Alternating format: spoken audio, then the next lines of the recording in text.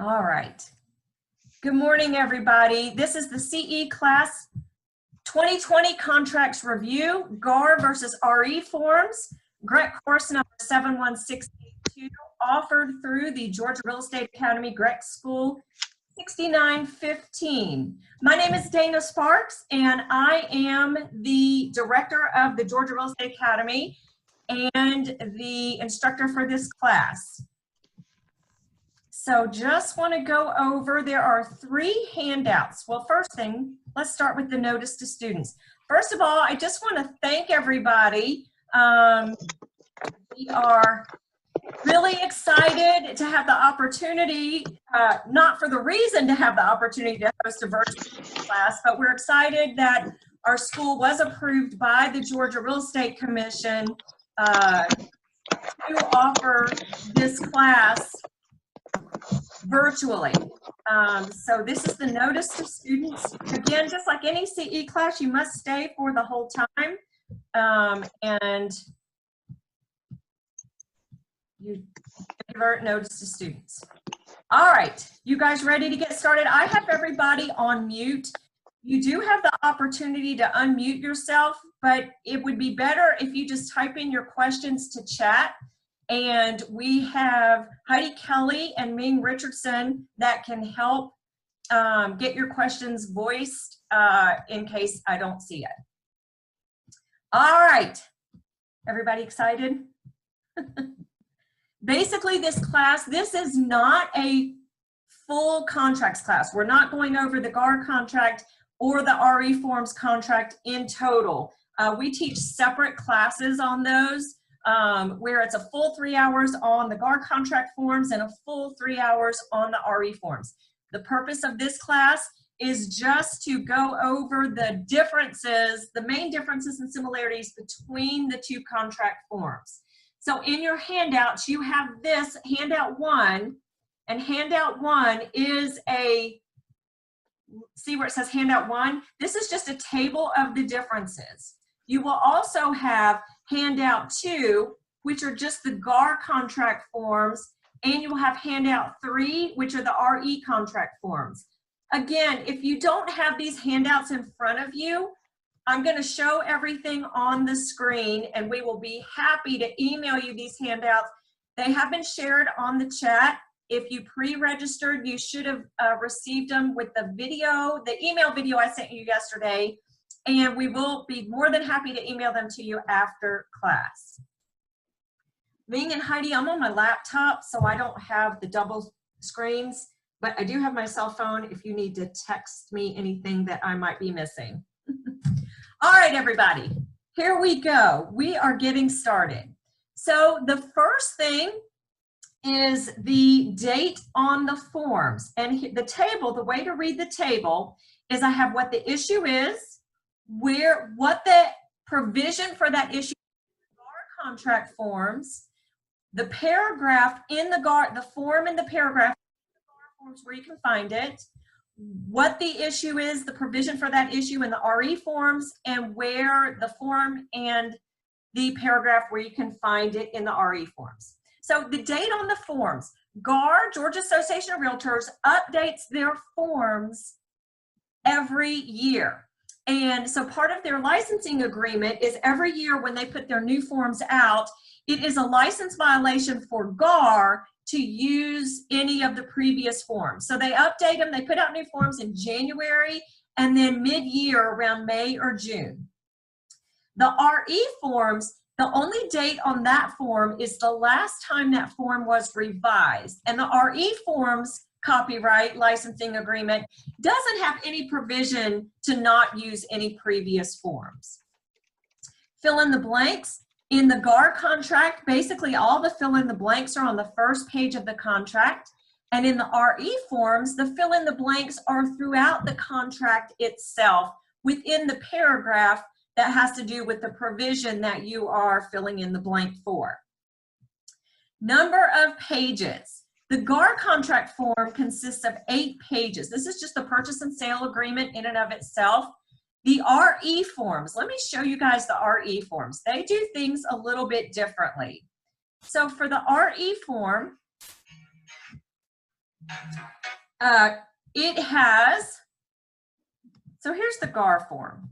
And for the GAR form, as you guys know, this is page 1 and all the fill in the blanks are on page 1. For the RE forms, this is a copy of the RE forms contract. And for the RE forms, you will see that the fill in the blanks, there's a lot on the first page, but then as you scroll through the additional pages, the fill in the blanks go throughout the additional pages. Now, in the RE forms, the contract itself, the actual purchase and sale agreement itself, is only 5 pages. However, this first paragraph, so this is the first page of the RE form, contract for purchase and sale of real property. This first paragraph, however, is very important. What it says is this contract incorporates by reference to those certain standard terms for the purchase and sale of real property published by Orthros Real Estate and is available online at www.reformsga.com. And in effect, as of the offer date, the standard terms become part of the contract. And so when the buyer and the seller sign this 5-page document, they are agreeing that everything in this other document called standard terms is incorporated and part of this contract. Now, the standard terms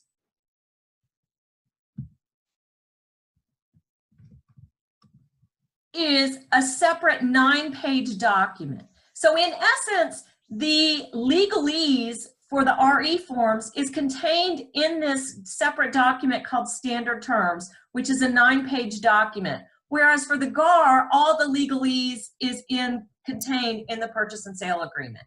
So we encourage everybody to access your contract forms. You can access the RE form purchase and sale along with the standard terms.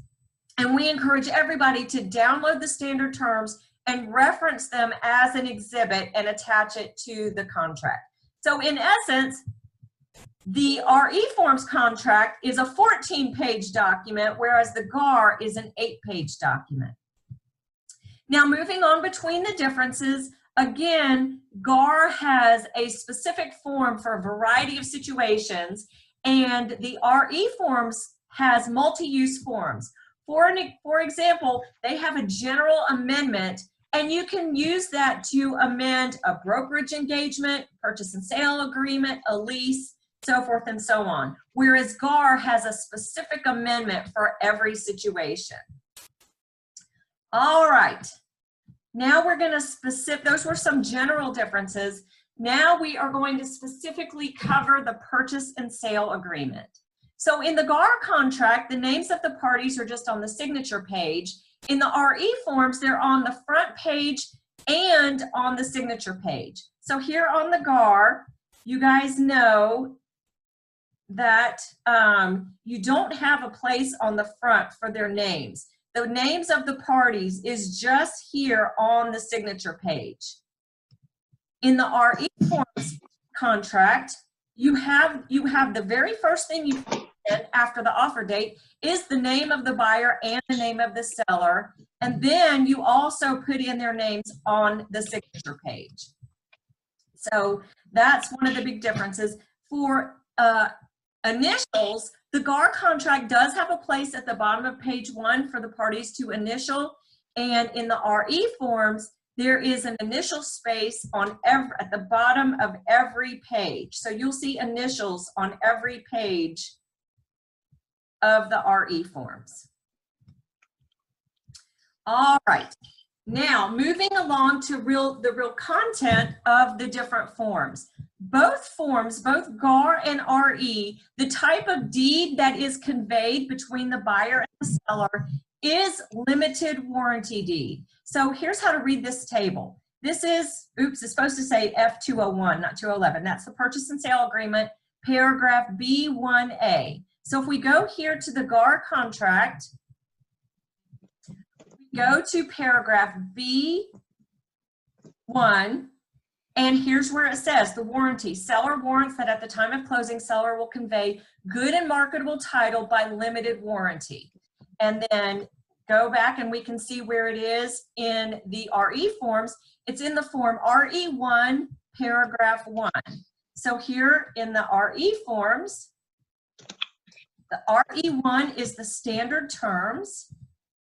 So here is the standard terms, paragraph 1, and it says seller shall convey good and marketable title by limited warranty deed. So the title that the seller conveys to the buyer is the same in both GAR and the RE forms, as well as the title being good and marketable.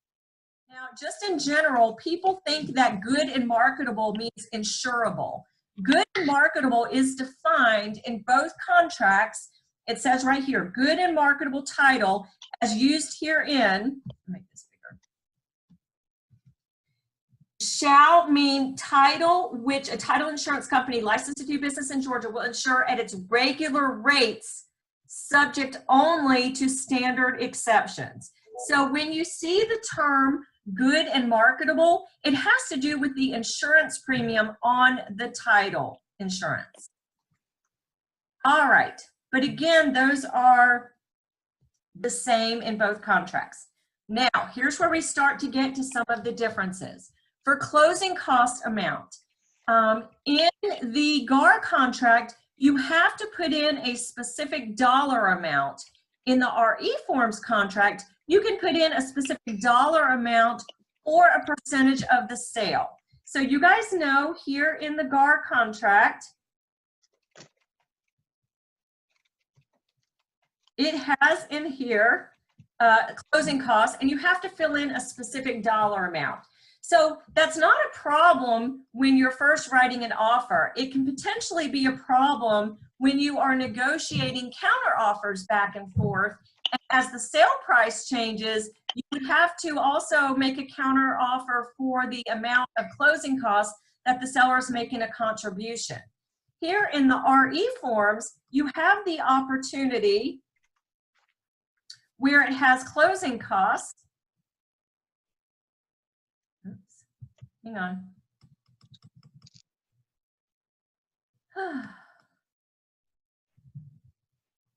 It has a place where you can, where it has the seller's contribution to closing costs is either a percentage of the purchase price or a flat fee dollar amount. So that makes it really convenient for you guys as agents. If the buyer makes an offer and then the buyer and seller negotiate with a counter offer form, you don't necessarily have to counter the amount that you're asking the seller to contribute towards closing costs if you put in a percentage, because that percentage obviously stays consistent and the actual number, the dollar amount, will change based on the change in the sale price. For any of you guys who have been practicing for over about 15 years, you may remember that that was a provision for GAR also. They used to have a provision where you can negotiate a percentage of the sale price rather than a flat dollar for closing costs. Okay, now closing costs used by the buyer. Now this is a huge difference between the GAR and RE forms. In the GAR form, the mortgage lender uses whatever the closing costs are towards the loan, towards payments, closing costs, escrows, so forth and so on. Any amount that the mortgage lender can't apply towards the loan, the overage of that goes back to the seller. So at closing, let's say the seller contributed $8,000 towards a buyer's closing costs, and the lender could only use $75,000. On the closing statement, the seller is going to get a credit for that $500 that the mortgage lender could not use. In the RE forms, the closing cost contribution by the seller to the buyer may be used for any purpose whatsoever, merely at the discretion of the buyer. So basically, 안 된다니까 해봤다니까. 이거는 안 된다고 주민 거기에. Okay, y'all need to mute yourself. Basically, what that means. 지금 몰라 JOOM. 요즘 이걸로 하더라고. 근데 밀러링하고 이거 전화했는데 안 돼. 아니 그러면 여기서 다이렉트 그 인터넷 사이트 들어가는 거 아니야? 전화로 하는 거더라고. Young, can you mute yourself? 이거 줌닷컴으로 들어간다며. 줌닷컴이 아니라 얘네가 만드는 방으로 들어가는 거야. Okay, I think that should have done it. Okay, everybody. So, all right. So, and this is located in the paragraph in the form RE1, paragraph 5.5. So, if we go here, we're on, that's RE100. If we go to RE1, paragraph 5.5, you will see here where it talks about the closing cost allowance for the buyer may be used for any purpose whatsoever to offset closing costs, so forth and so on, by the lender or merely at the discretion of the buyer. So in essence, what that means is whatever gets negotiated for the seller to contribute to the buyer's closing costs, if you're binding under the RE forms, that money goes to the benefit of the buyer. On the GAR form, they can only be used towards actual closing costs. All right, another huge difference is in a delay, if there is a delay in closing. In the GAR contract form, there is the right for an 8-day unilateral extension. And unilateral means one. So it only requires one party's signature to extend the contract for 8 days. Now, you can only extend it for the 8 days based on very specific reasons. And here's where that is contained. It's in paragraph, it's in the purchase and sale agreement. I'm on the GAR form under the closing date and possession. It says buyer or seller may unilaterally extend the closing for 8 days if you give notice to the other party. But you can only use it for very specific reasons. Either there is a title issue, as long as the title issue isn't a lien on the property or something that can be taken care of with the payment of money, or if it is a title issue that prevents the seller from conveying good and marketable title, or if there is an issue with the buyer's loan, as long as the delay for the lender is not caused by the buyer, or there's a delay in the closing attorney. For example, we're having some closing attorney delays due to title search not being done or scheduling issues. That would be a reason to use the 8-day unilateral. Or this number issue has to do with the TRID laws, where the buyer has not received the required estimates or disclosures, and the buyer is prohibited from closing under federal regulations. That is the Truth in Lending RESPA integrated disclosure laws that came into effect the end of 2015. Now, again, it's unilateral, so either buyer or seller may extend the contract, but it can only be used one time per contract. Either buyer or seller, but only one time per contract. In the RE forms, there is no right to unilaterally extend the contract. You must extend by agreement that would be on an amendment. However, how do we deal with these TRID laws? Because it is federally prohibited from a lender and closing attorney to close a real estate transaction if the lender has not sent out those, we lovingly refer to them as the TRID disclosures, those amounts that are disclosed. So how does the RE forms handle that? Well, it's not a unilateral extension, but it is a right to terminate by the seller. So let me just briefly point out a little bit about how that works. And that, again, is all explained in the standard terms, paragraph 6.3.2. So if we go here to 6.3.2, this is where it talks about a delay or what has to happen if the lender hasn't gotten out the TRID disclosures.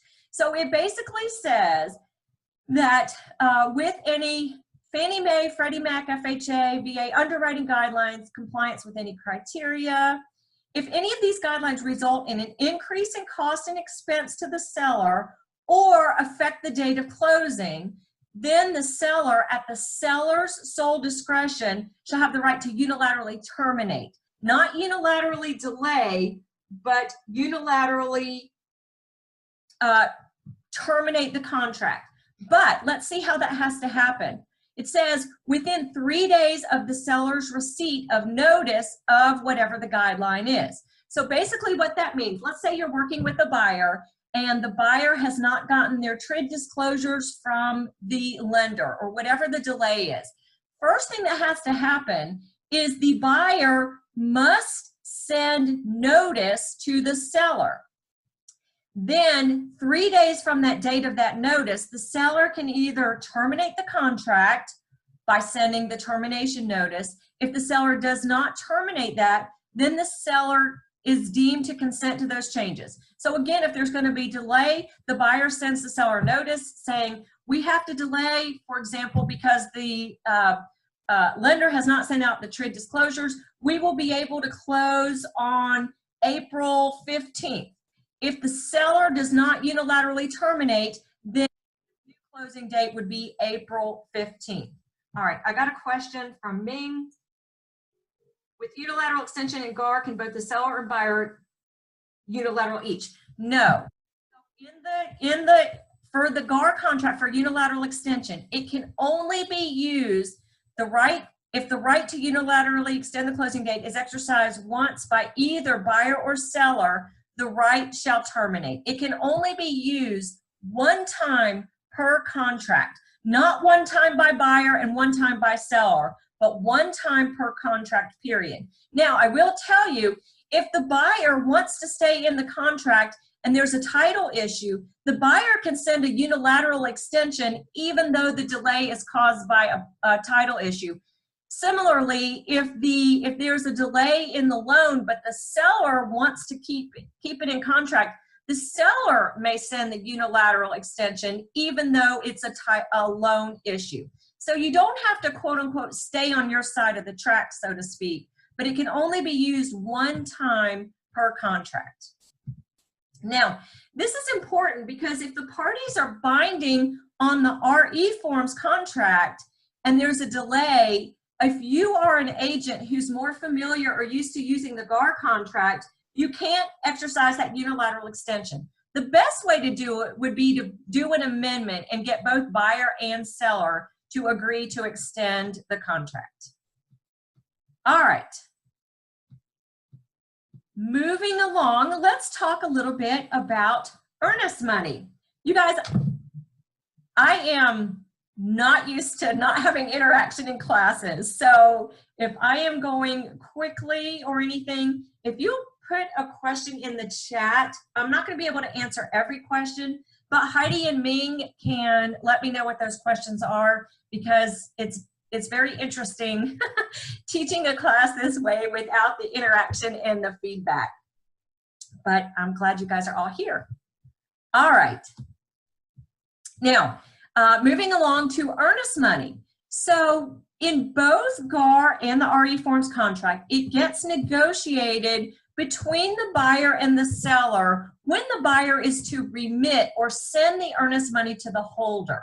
But after it is in the hands of the holder, then it is pre-printed in the contract when it must be actually deposited. So in the GAR contract, the holder must deposit no later than 5 banking days. And in the RE forms contract, it's 3 banking days. And again, this is all contained here in the paragraph about earnest money, where it talks about when the holder shall deposit. So it's a little bit sooner deposit in the RE forms. That's a little bit of a delay. Now, license law will tell you that the holder must deposit the earnest money promptly, basically meaning upon receipt. But that term promptly is further defined in the contract in and of itself. GAR defines that as 5 banking days at the latest, and RE forms 3 banking days. Now, if the buyer defaults on the earnest money, so basically, let's say the buyer and the seller negotiated for the buyer to remit the earnest money within I don't know, let's just say 5 days from binding agreement date.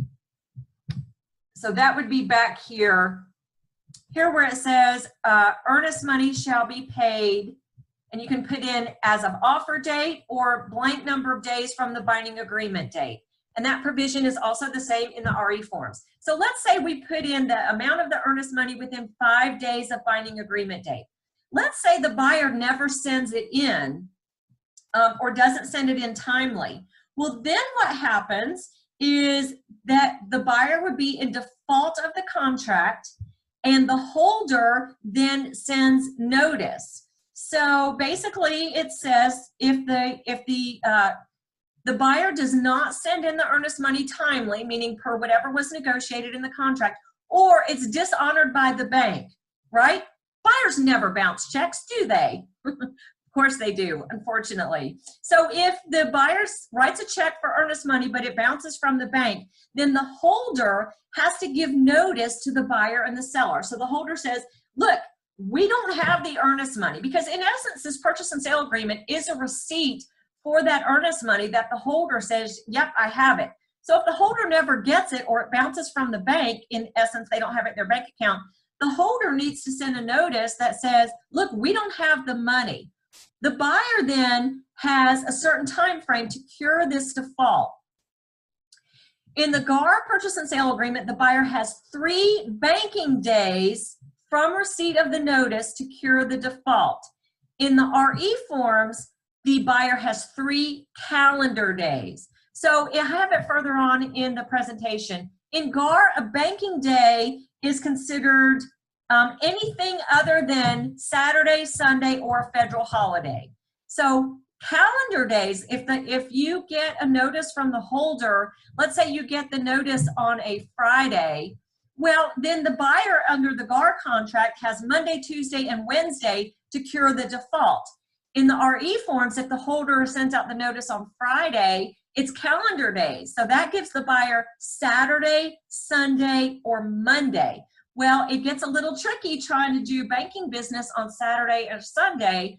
So they would have to go to the bank either Saturday morning, or would have to get like a money order or something like that from a grocery store or Walmart or wherever you can go get a money order, because it's calendar days. All right. Now, the closing attorney. This is another pretty big difference between the buyer and the seller. I'm sorry, between the GAR contract and the RE forms contract. So in the GAR contract, and again, this left-hand side is the GAR and this is the RE forms. In the GAR contract, it states that the closing attorney shall obviously represent the lender if there's a loan. If not, the buyer chooses. So in the GAR contract, that's contained in paragraph B6. So let's look at where it says in GAR B6. It has that the buyer shall have the right to select the closing attorney. In the RE forms contract, that part is actually, again, if there's a loan, the closing attorney represents the lender. If not, look at this, you guys. It is negotiated, and that's in the purchase and sale agreement on page 4. So let's look at the RE forms, purchase and sale agreement, paragraph 4. Whew, it's moving fast, isn't it? And here's where it says, this is closing. If the closing attorney is unavailable or unacceptable to the buyer's lender or title insurance company, then blank. Look here, you guys negotiate. Buyer or seller shall have the right to select a different closing attorney. So that argument or that discussion, I'm not going to say argument, but that discussion goes back and forth between between buyer and seller, really between the agents. And there are some people that have the firm belief that the buyer should be the one to choose the closing attorney. And then some people believe, look, the seller's making the contribution to closing costs, so the seller should have the right to choose the closing attorney. So again, it's just a little bit different in the two forms. In the RE form, you negotiate which party shall have the right to select a different closing attorney if it's unacceptable to the buyer's lender. But now let's look a little bit further at that. What if there's not a loan? Because if there is a loan, of course, the closing attorney always represents the lender neither the buyer or the seller. But if there's no loan, this is again, in the RE forms, it's that same paragraph we read where it says you negotiate, buyer or seller shall select the closing attorney. And the only word it uses is select. In the GAR contract, however, look at this term. It says the attorney represents the buyer. So let me show you what that says here. It's in the back on the GAR contract. And it says, in transactions where the buyer does not obtain mortgage financing, the closing attorney shall represent the buyer. Now, you guys need to be really careful when you're talking to your public buyer, because what your buyer may interpret that to mean is that I've got legal representation if there's an issue. First of all, let me ask y'all, do y'all know of any attorney that will represent a party without a fee? Probably not. I don't know of any. So what that term means, it's not legal representation as if a buyer hired an attorney to represent their interest if there was a dispute in the purchase and sale agreement. So what does that mean? Well, let's think about it, you guys. If there is a lender involved, then the closing attorney represents the lender. And what is it that we all try to get from the closing attorney as an agent? When you're going towards closing and you're ready to close, and you want to make sure it's on time, what do you contact the closing attorney? What are you asking them for? Well, you're asking them for the loan package. Have you gotten the package? Have you gotten the package from the lender? Well, what that package is in essence a set of instructions how the closing attorney should fill out the documents with respect to the loan, because the closing attorney represents the lender. So if there's no mortgage financing, no loan involved, the closing attorney doesn't get these set of instructions from the lender. They don't get this package.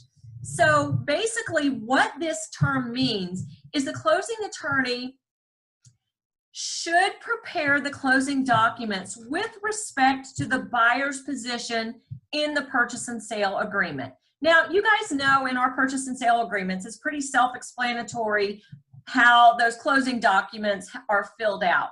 But if there were an issue, then the closing attorney is to look to the contract and fill out the closing documents for signature with respect to the buyer's position. That's all it means when it says the closing attorney shall represent the buyer. It does not mean that they've got legal representation should there be a dispute between the buyer and the seller. All right, now let's talk about the disbursement of earnest money. So if there is, hopefully none of y'all have ever been in this situation, but every now and then, I'm being a little facetious here, we have contracts that fail to close, that end up being terminated. And when it gets terminated, then there is a termination and release agreement that is signed by, the termination is unilateral, so either the buyer or the seller terminates the contract, but both buyer and seller must agree as to how the holder is to disperse the earnest money, and that's what we consider the release on a TNR. If the buyer and the seller don't agree on how the holder is to disperse the earnest money, then the contract tells the holder what to do. And basically there are lots of things that, and this is all contained in the earnest money paragraph B7 in the GAR contract form, and in the RE contract form, it's in RE1 3.4. So let's go, and I just want to show you guys, these are basically the same provisions in both the GAR and the RE. If there is a if there's a termination, the parties don't agree on the disbursement of the earnest money, then the holder has to disperse the earnest money, and I'm scrolling here looking for it. Let me go back here and see where it is. 3.4, I passed it.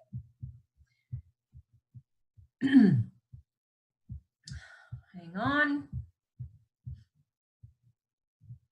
Okay, here's where it is here in the RE forms. And basically the disbursement of earnest money, again, is the same. That either the written agreement on the release form or the holder has the opportunity to interpret the contract based on what the parties agreed to, figure out why it failed to close. Did the party that did they terminate under a contingency that had not yet expired? And for example, did the buyer terminate in the due diligence period and the seller is just not signing it? Or did the buyer terminate by default? So the holder interprets the contract, makes a decision how to disperse the earnest money, sends notice of that decision, and then the party not getting the earnest money has 10 days to decide how to disperse. I'm sorry, the party not getting the earnest money can make an objection to the holder, and if the objection is something based on the contract the holder didn't see, the holder can change their mind. Or you can interplead the funds into a court and let a judge decide, and there are fees associated with that. Or if the holder gets a court order from a judge regarding how to disperse the earnest money.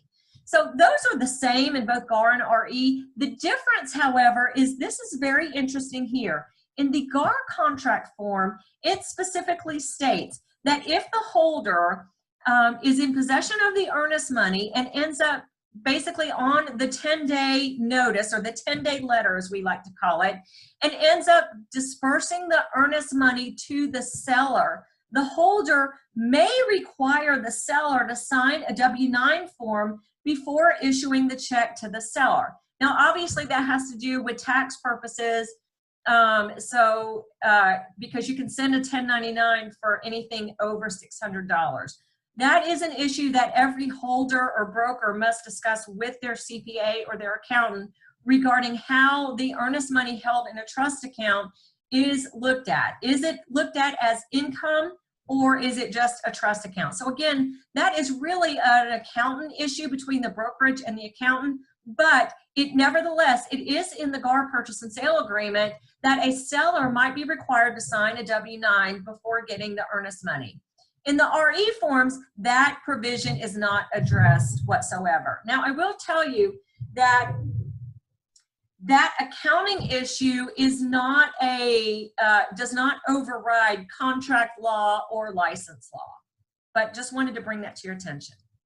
Okay, now moving along to utilities. For utilities, in the GAR contract, it specifically states that the seller is to turn on the utilities. In the RE forms contract, you negotiate which party is to turn on the utilities.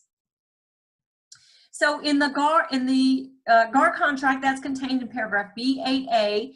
In the RE forms, it's actually in the purchase and sale agreement itself, because it is something that gets negotiated, and it's paragraph 7. So if we go up first to the first 5-page document of the purchase and sale, it has right here, buyer or seller, and you agents, you need to check the box to make sure, shall make all required utilities operational. Now, sometimes a buyer's like, well, it's the seller's house, they need to turn them on. Or if an agent is used to working with the GAR contracts, you sort of take it for granted that the utilities will be turned on. However, if you're working with a buyer and you show a property and the utilities are not on, then the buyer may want to go ahead and front the cost of turning the utilities on so that there's no delay and they can go ahead and do their inspections and check out the property and do what they need to do. So again, that's a pretty big difference between the GAR and the RE forms. All right, now where it talks about inspection, just a little bit of verbiage, but basically Georgia is what's called a caveat emptor state. And what that means is the burden is on the buyer to check out the property and make sure that the property is what they want it to be before they terminate the contract or go through with the contract. But in the GAR contract form, it just has a little bit different verbiage. It has a right to inspect property, a duty to inspect the neighborhood, and in the RE form, it just says a duty to inspect. So again, that's not really a huge difference. That is just a little bit different verbiage in the instructions to the buyers regarding, let me see where that is again, 7-1, regarding what their duties are with respect to purchasing a property. Now, again, I'm not going to go over due diligence because this isn't a regular contracts class, but basically, I'll just briefly touch on it. Due diligence creates an option for the buyer. It is merely an option. The seller grants the buyer the option to terminate. So the buyer does whatever they want to do to make sure that the property, help them make that decision if they want to terminate or go through with it. All right. Hang on one second. All right, so moving along to damage. Again, this is very similar between the GAR and the RE forms contract. So what happens is if the buyer damages the property during the course of their inspection, or anybody that they hire to inspect the property, like a home inspector, a roof inspector, anything like that, then number one, the good thing is there is a hold broker harmless statement. That's good for all of us, because in the contracts, when it uses the term broker, it also means you guys, the affiliated licensee. And in the GAR contract, basically it says the buyer is to repair any damage caused by inspections. Ooh, I don't know where that came from. And in the RE forms, it also states that the buyer is to repair any damage caused by inspections, and it just further defines inspection as others hired by the buyer. So that's similar in both contracts. All right. Now, contingencies built into the purchase and sale agreement. In the GAR contract, there is only one contingency built into the purchase and sale agreement in and of itself, and that is the due diligence period. So if we go back up here to the beginning, it has due diligence period for a period of whatever number of days. And basically, again, what that is, we just addressed it quickly. It basically says that the during the due diligence period, the buyer has, during this term, can have the right to either buy the property or terminate for any or no reason. That's the only contingency in the purchase and sale. So any sort of financing contingency, appraisal contingency, anything like that has to be done on a completely separate exhibit for the GAR purchase and sale agreement. However, in the RE form purchase and sale agreement, there are 3 contingencies built in to the purchase and sale. Let's look at what those contingencies are. So back up here on the on the RE purchase and sale agreement, here are the contingencies. The first one is a buyer's general right to terminate. That is the exact same provision as the due diligence period. And you would have to mark that box. It says this contingency shall expire on the day that is blank number of days. So that's the same thing as putting due diligence for whatever, 7 days, 10 days, 14 days. In consideration, general right to terminate this agreement. So there's the same, that's the due diligence. But then in this RE forms contract, you have 2 other contingencies in the purchase and sale. One is the appraisal contingency. This contingency shall expire 11:59 p.m. on the day that is blank number of days after the acceptance date. Now, you'll notice it doesn't have anything in the actual 5-page purchase and sale about what happens if the property does not appraise for the sale price. Again, as I mentioned at the very beginning of class, all that legalese and all the options between the buyer and the seller, that's all contained in that separate document called the standard terms. But nevertheless, the appraisal contingency is built into the purchase and sale, and the financing contingency is built into the purchase and sale. So in the RE forms, all you would do is check these boxes, and those contingencies are buyer contingencies per the contract. In the RE forms contract, if you do not check this financing contingency box, then it makes it an all cash deal. So in the GAR, again, you would need a separate loan contingency exhibit to include an appraisal and financing contingency. In the RE form, you just check this box right here and it makes it contingent upon financing. Now, I will tell you, even in the RE form, however, if a buyer is getting an FHA or VA insured loan, so when you think of FHA or VA, what do you think of? Well, what you should think of is these are government agencies because these are government insured loans. So what do you think of when you think of government? Well, that's a loaded question right now, so don't answer that. But basically what you should think of when you think of a government insured loan, you should think of red tape or extra paperwork, So even in the RE forms, the financing contingency is built in, but if it's an FHA or VA loan, you'll need an additional FHA or VA exhibit. But if it's just a conventional loan, this box and you fill in the terms that you would for the. All right. Now, let's talk about, awesome. Thank you guys. Now, let's talk about repairs. So back under due diligence, basically the due diligence period, as we mentioned, is the buyer is sharing the, the seller has given the buyer the right to terminate the contract for any or no reason within whatever time frame that got negotiated. So in order for the buyer to make that decision, am I going to terminate or am I going to go through with it, the buyer can have an inspection done and say, look, seller, there's a couple things I found. I'd like for you to repair these issues.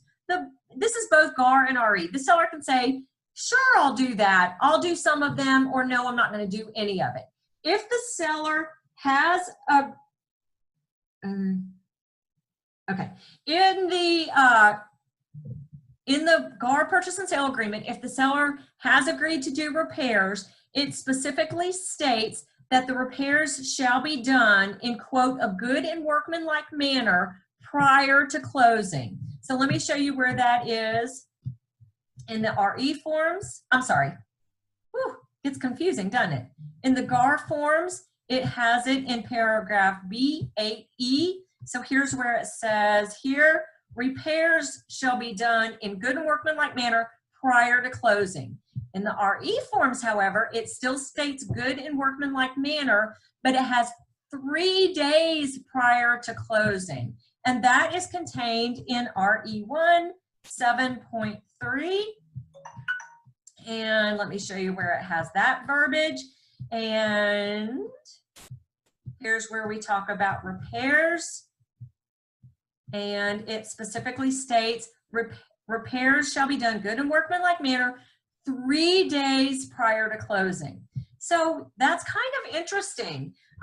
Some of you agents will have had an experience where you are doing a walkthrough the day of closing and there's an issue with the repairs. So this is kind of a good thing in the RE forms that this might prompt you guys to do a walkthrough, not the day of closing, but 3 days prior to closing.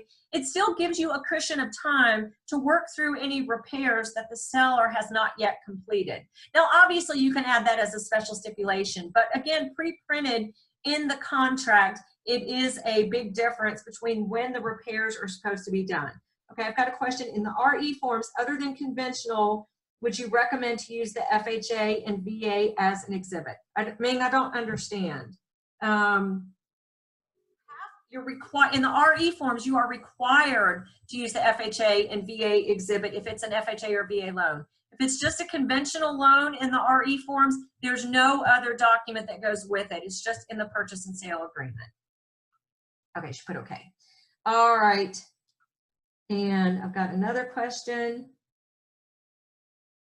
So Sean, about USDA, interestingly enough, There is a USDA, I need to add this to my notes. There is a USDA exhibit in GAR. The RE forms does not have a USDA exhibit. So any of y'all, if you do have a buyer getting a USDA insured loan and you are binding under the RE forms, you definitely want to check with your broker, but you more than likely would have to add a special stipulation that has verbiage regarding the USDA loan. But interestingly enough, the RE forms does not have a USDA exhibit. Hopefully they'll come up with one. All right, I'm going to come back to repairs when we get to discussing the differences in the amendments. Let me see if there's a way I can see the chat.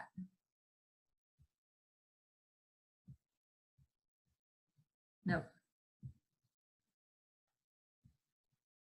Okay. All right.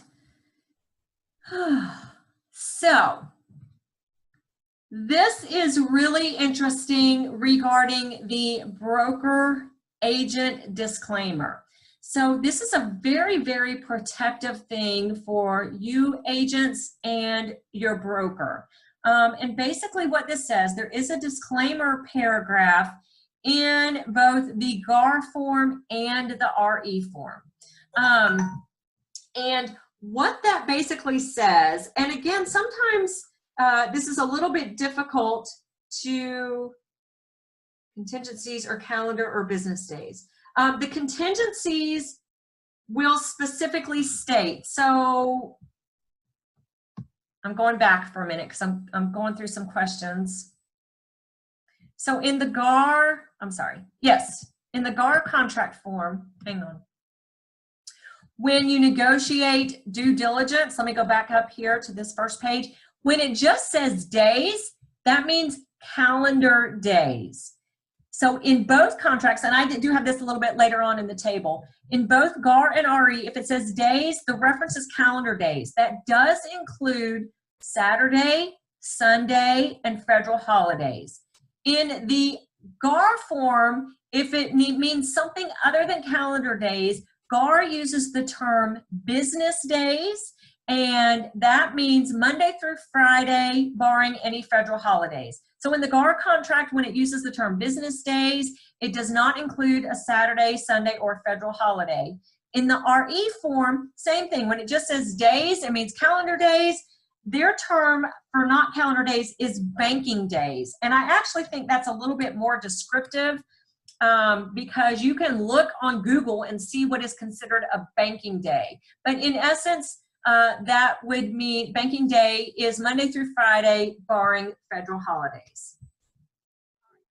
Back to the chart. So this disclaimer paragraph basically is a notice to the buyer and the seller that they have not relied on your advice or any representations of the broker. Your duty to the buyer and the seller is restricted to what you are doing as if you have a client relationship with them, as outlined in the document that creates the client relationship, which is the listing agreement or the buyer brokerage agreement. But with respect to the purchase and sale agreement, let me point out a little bit about this, and it is under the section of brokerage relationships. I'm on the GAR contract again. Here's this disclaimer paragraph. And sometimes if you have a buyer or a seller that point blank asks you about this, it can tend to be a little bit of an uncomfortable discussion because they're paying you a lot of commission to help them in this purchase and sale agreement. But basically what it says is buyer and seller have not relied on any advice or representations of the broker other than what is included in this agreement.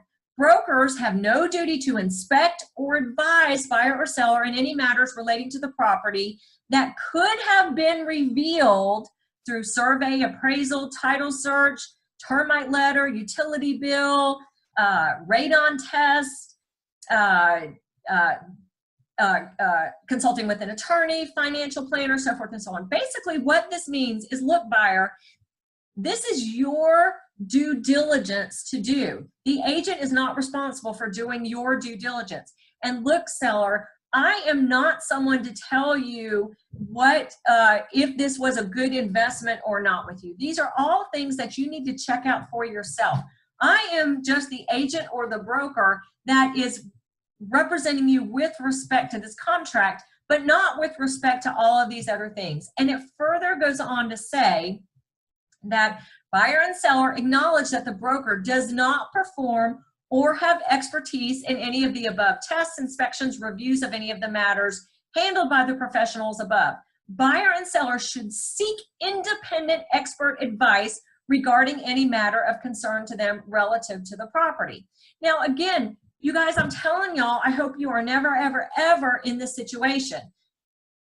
Nothing is an issue until it's an issue. But when it's an issue, you don't want to be involved in a lawsuit or claim for arbitration or anything that's going to cost you money out of pocket. So basically, should buyers get an appraisal? Yes, even if they're a cash buyer. Should buyers get a survey? Yes. Do they? Not necessarily.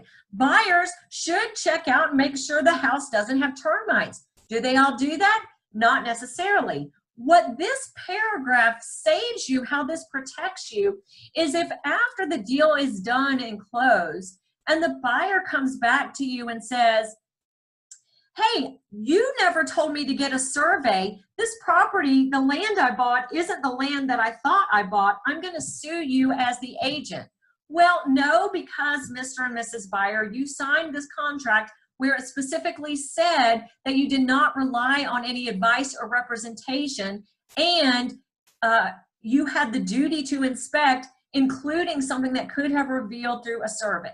So again, this is a protection paragraph for agents and brokers. Now, and this similar verbiage is also in the RE forms. But let me go back and show you a difference. The GAR Contract Forms Committee in 2020 added this extra paragraph that is not included in the RE forms. So in 2020, at the bottom of this disclaimer paragraph, it states the buyer acknowledges that when and if the broker, and again, broker means you as affiliated licensee, answers a question of the buyer or otherwise describes some aspect of the property or the transaction, the broker agent is doing so based upon information provided by the seller rather than independent knowledge of the broker. So this is saying any questions that the buyer's agent answers or even the listing agent answers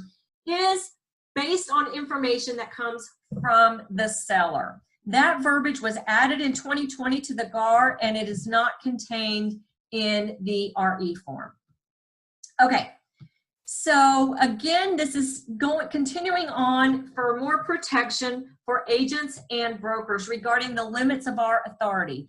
The broker, in the GAR contract, it states that the broker owes no duty outside of what is described in the buyer brokerage agreement or the listing agreement.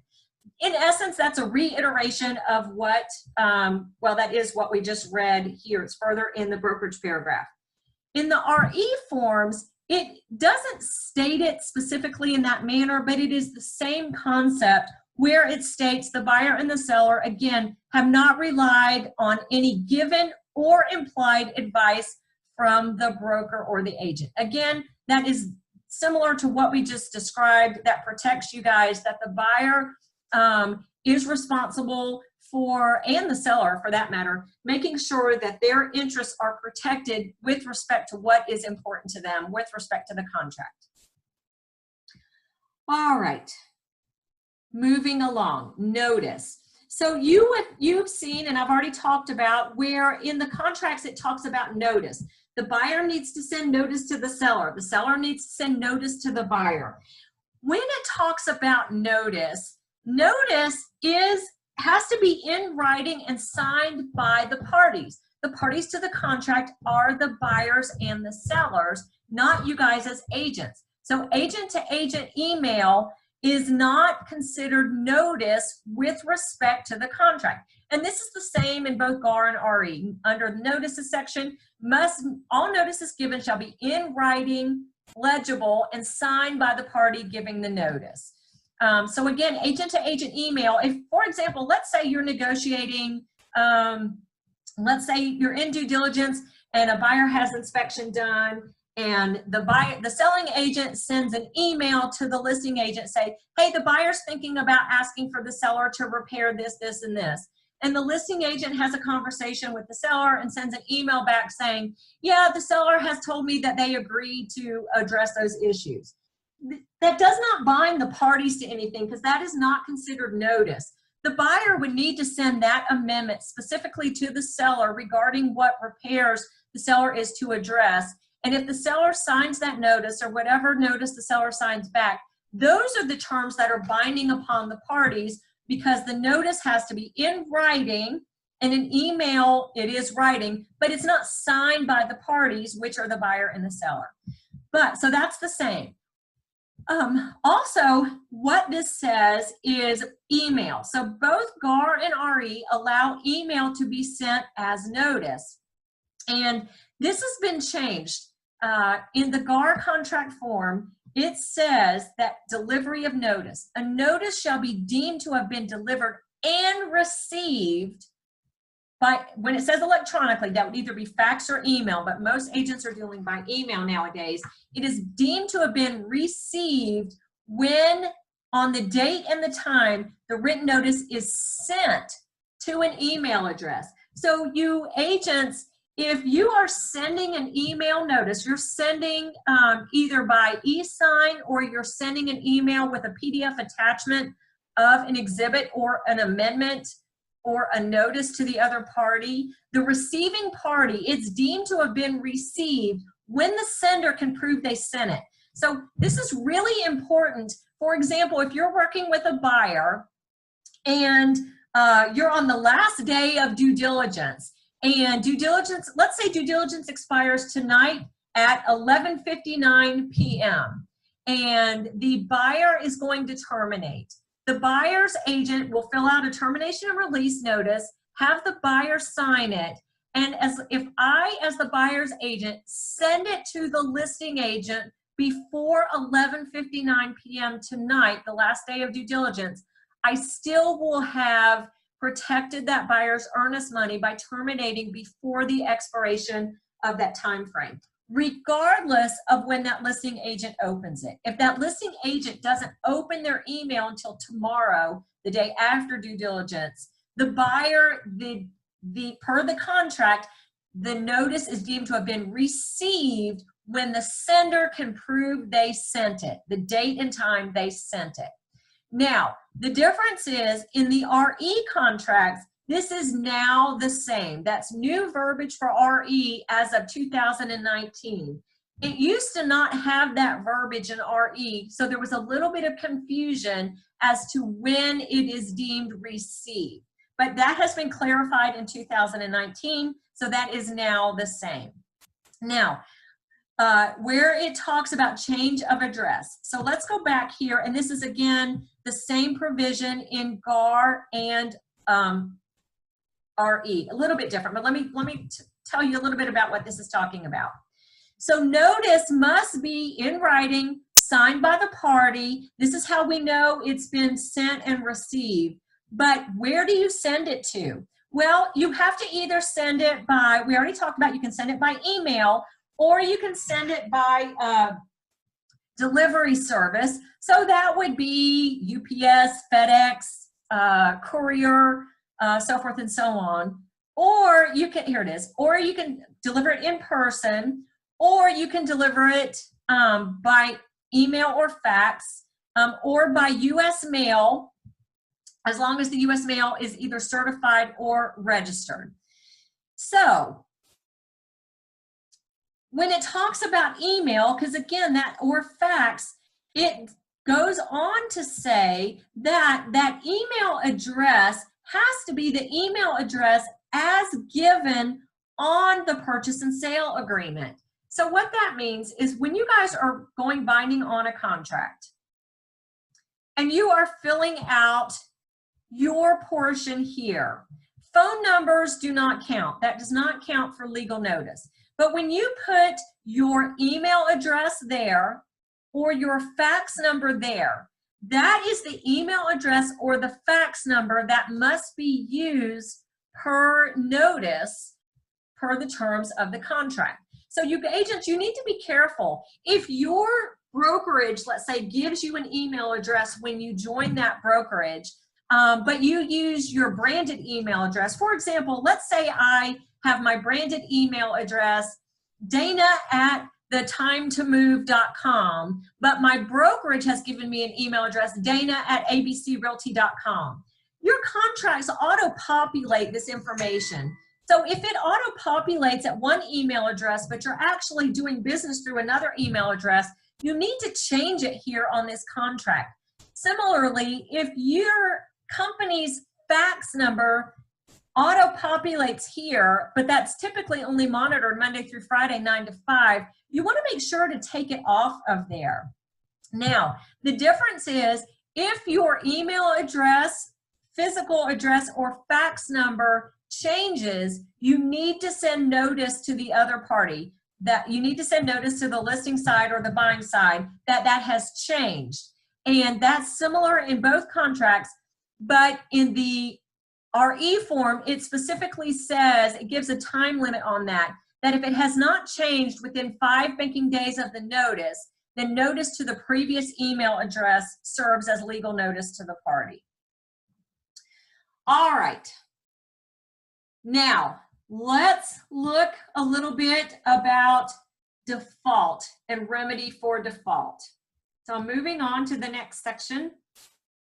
And this again has been changed in 2019 in the RE forms contract. So let's talk about the GAR contract first. So in the GAR contract, this is in the purchase and sale agreement under, we're going to take a break in just a little bit. So hang in there. In the GAR contract, this is contained in paragraph C2A, where it talks about default. And here's where it talks about default. This was changed in August of 2018. And basically what this says is if the buyer defaults on the contract, the remedy for the seller is liquidated damages. That's it. The seller cannot sue the buyer for anything else. They get the earnest money, and that is it. The seller's sole remedy shall be to retain the earnest money. If the seller defaults on the contract, the buyer has one of two options. The buyer, either if the seller defaults on the contract, the buyer may either seek specific performance, meaning the buyer hires an attorney, files the seller for what's called specific performance. If the buyer wins that lawsuit, basically a judge will make the seller sign over title to the buyer. Now, not for free, they still have to perform on the contract, but the seller would have to sell the property to the buyer. Or the buyer can terminate this contract and get their earnest money back. But if a buyer's going to sue for specific performance, they don't get their earnest money back because in essence, a judge orders the deal to go through. The buyer can't sue the seller and the seller can't sue the buyer for actual damages or costs. Like, well, I've already given up the lease on my apartment. I've got moving trucks lined up, so forth and so on. That has been taken out of both the GAR and the RE forms contract. Now, in the RE forms contract, this was just changed last year in 2019.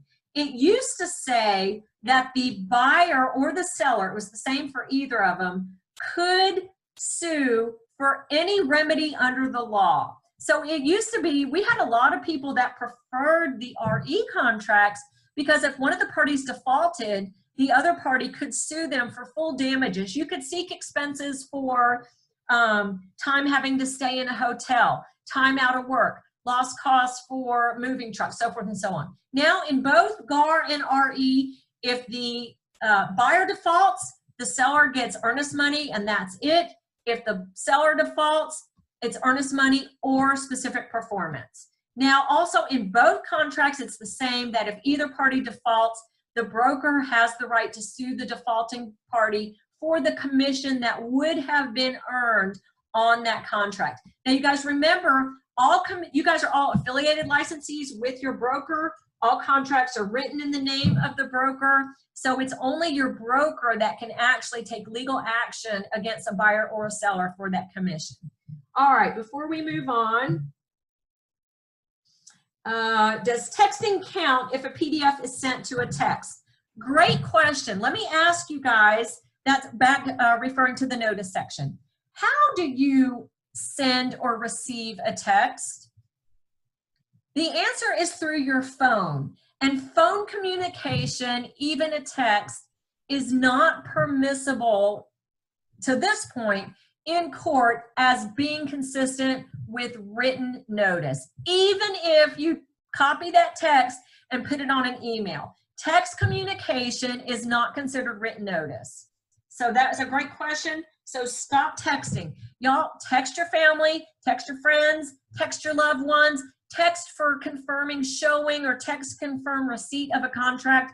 But when it comes to meaningful communication between agents and between an agent and a public person, and meaningful communication with respect to an offer, stop texting. Stop negotiating by text. It does not protect you, does not protect your client. It will not hold up in court. You've got to do it with the proper documentation and in emails. All right. All right, we're going to get to the end of this and then we'll take a break. All right, damage to property before closing. So in the GAR contract, this is contained in paragraph C3, where it talks about risk of damage to the property. And in the RE forms contract, it's in the standard terms and it's in paragraph 7.4. So here's where it talks about damage to the property before closing. Now, this is an interesting concept because this has to do with damage. For example, you know, they always use the term act of God if a property is destroyed by fire or hurricane or something like that. But my personal opinion is God is not going to destroy someone's home. So I hate the term that they use, act of God. But I like to think of it as, well, I don't know what to think of it, but I really hate that term. But if the property is completely destroyed by something weather related or fire related or something like that, this is what this is referring to. Or a lot of times, I don't know how long you guys have been practicing, but during the foreclosure market, do you guys remember when bad guys were stealing copper out of all of the houses? They were stealing it out of the HVAC units and so forth and so on. So basically, if a property is substantially damaged, so that could be a total loss or substantially damaged. For example, all the copper piping taken out of the property. Skip condition on page 5. Okay, let me go back here and see. Okay, thank you for telling me that. I'm going to go back just a little bit. Someone mentioned you skip. Okay, thank you guys. Sorry about that. Trying to get you guys to a break. Okay, condition of the property. Oh, this is a really good one. This is very, very interesting. So in the GAR contract, it says that at closing, the property shall be, well, let's just look at it. Seller warrants that at time of closing, the property and all items remaining, if any, will be in substantially the same condition as it was on offer date. The RE forms contract, it's in RE 7.3. This says at closing, the property shall be in the same condition on the date of closing as it was on date of acceptance. Normal wear and tear accepted. So a couple things. The RE forms uses the word acceptance to mean the same thing as binding agreement date. So let's look here at GAR. Couple things. Number one is in 2020, they changed that. It used to say as a binding agreement date. They changed that to offer date because that's closer to when the buyer actually saw the property. Sometimes it takes a few days to negotiate and get a binding contract. But here's the big difference. This is a huge difference in essence. The GAR contract says substantially the same condition, and the RE forms contract says same condition, normal wear and tear accepted. GAR used to use this verbiage and changed it based on a lawsuit that happened here several years ago. So let's think about, and they both say broom clean, garbage, debris, personal property removed. They both say that. But let's talk about substantially same condition versus same condition, normal wear and tear. Let's say, well, this was the lawsuit. The lawsuit was a buyer was buying a house, 20-year-old house from a seller. When they negotiated the contract, it was in the summertime, the HVAC was working. They went and did their walkthrough, and the HVAC had stopped working. They go to closing, and the buyer says, I'm not going to close because this is not in the same condition. Again, GAR had this verbiage at that time. Same condition, normal wear and tear accepted, as it was when we went under contract. And the seller said, no, no, no, you are still obligated to go through with this purchase and sale because this is a 20-year-old home with a 20-year-old HVAC. It's pretty normal wear and tear that the HVAC poops out in about 20 years. Well, it went to court and the judge ruled in favor of, drum roll, seller. So the verbiage that says normal wear and tear accepted for a 20-year-old HVAC, it was pretty acceptable that normal wear and tear was it to poop out. So GAR changed their verbiage based on that lawsuit that says substantially same condition. A non-working HVAC at closing is not substantially same condition as a working HVAC at time of offer. So that is a pretty big difference between the two contracts. Okay, now moving along again, if the property is substantially damaged prior to closing, in the GAR contract, the seller has a year to restore the property. If the buyer doesn't terminate, the seller has, okay, either buyer or seller can terminate immediately. If the buyer does not terminate or the seller does not terminate, then the seller has a year to restore the property and the buyer must close within that year, or if it's fixed back up prior to a year, within 7 days after it's been restored. In the RE forms contract, either buyer or seller may terminate. And you're like, gosh, why on earth would a seller terminate? Well, sometimes a seller might terminate because they might get more insurance money than they would from the purchase and sale. So that's why it has buyer or seller may terminate if the property is substantially damaged. In the RE forms contract, either buyer or seller may terminate, but it doesn't say anything about a time frame for this or obligation for the seller to restore the property. If the buyer, either they terminate or the buyer goes ahead with the purchase and the seller assigns insurance proceeds to the buyer. So that's a big difference there. All right, termination of contract. Basically, both of these say that any party must terminate and they must do so in writing.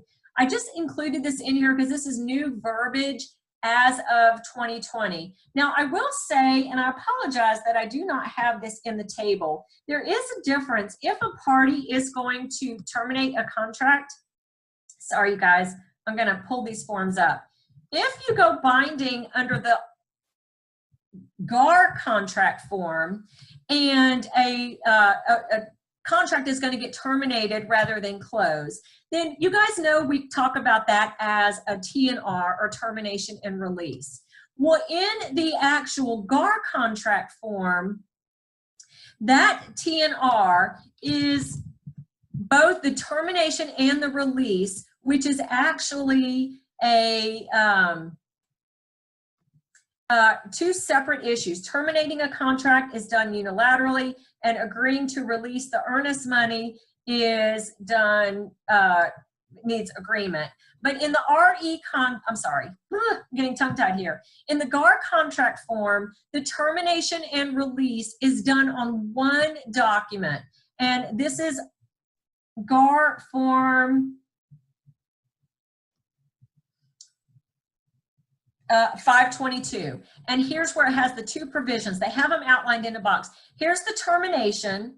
Here's what it's called: unilateral notice to terminate and agreement to disperse, proposed agreement to disperse. Here's where it has the unilateral termination, and you only need buyer or seller to terminate. And then here's the proposed disbursement of the earnest money, and you need buyer and seller. So in the GAR contract package, both of these issues are handled on one document.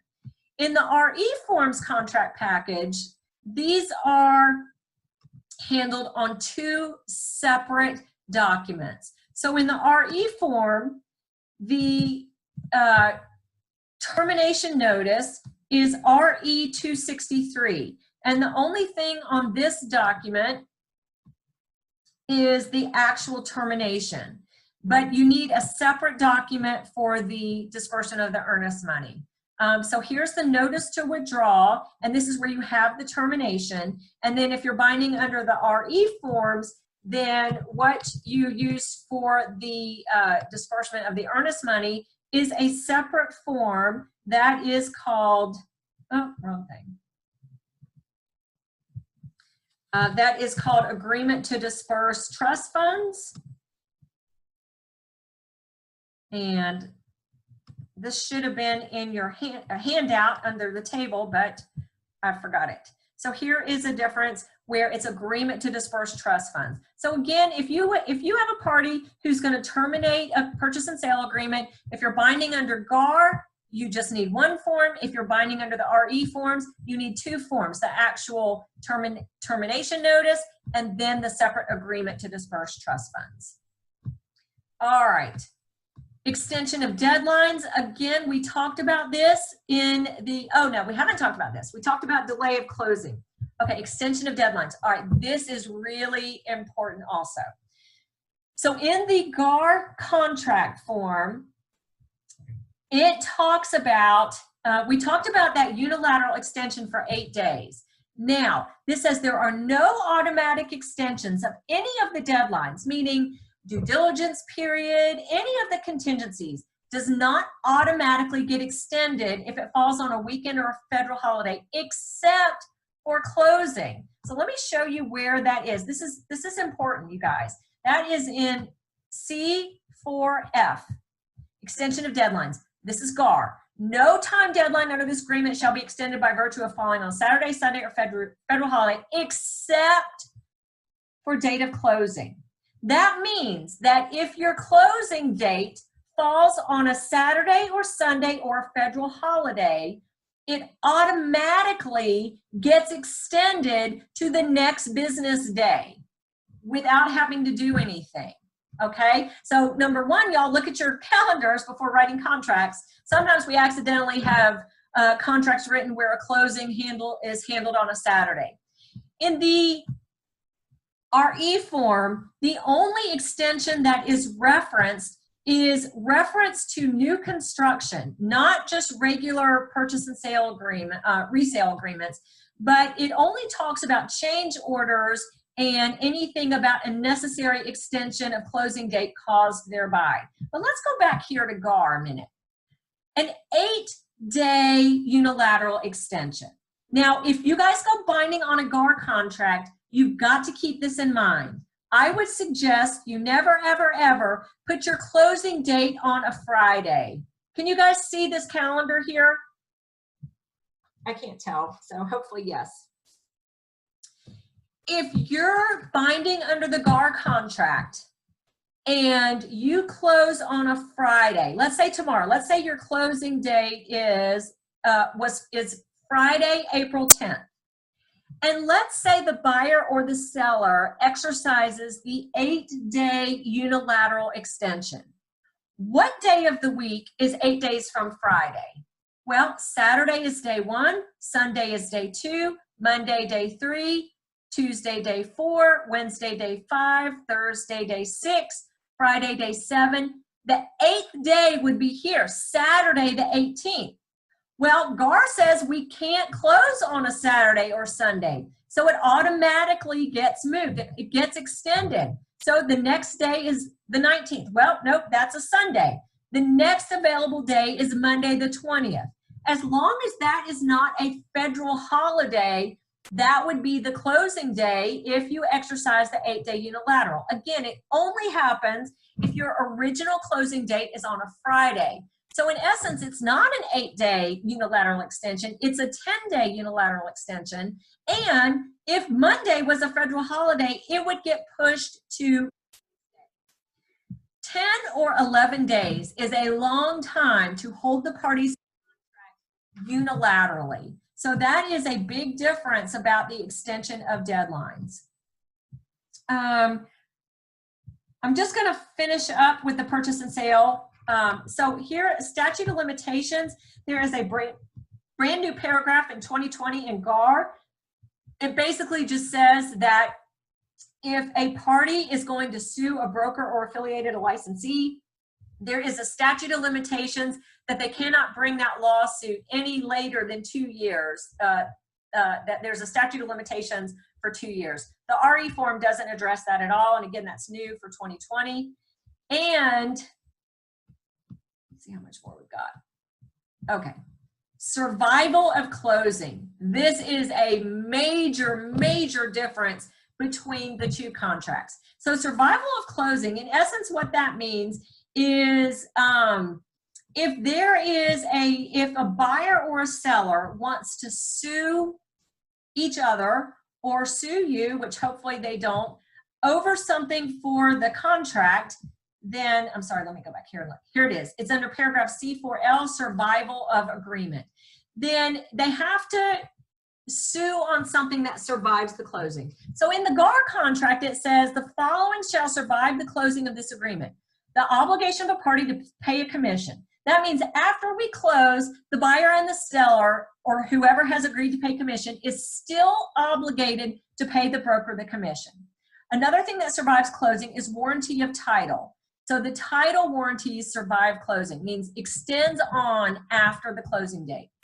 This, number 3, all representations of the seller regarding the property. Whatever the seller has represented in writing regarding the property, that survives the closing. That's why you have a lot of sellers that don't want to fill out that seller's property disclosure, because their representation would survive the closing and be potential grounds for a lawsuit for a buyer to sue them. The section marked on condemnation. So if the property was condemned, that condemned order stays even after closing. And this is magic. Number 5, any obligations which the parties agree shall survive closing, survive the or must be performed or fulfilled after closing. So here on the handout, I have any obligation the parties agree shall survive closing, use the magic phrase. I'll come back to that magic phrase in a second. In the RE forms contract, let's see what it says there.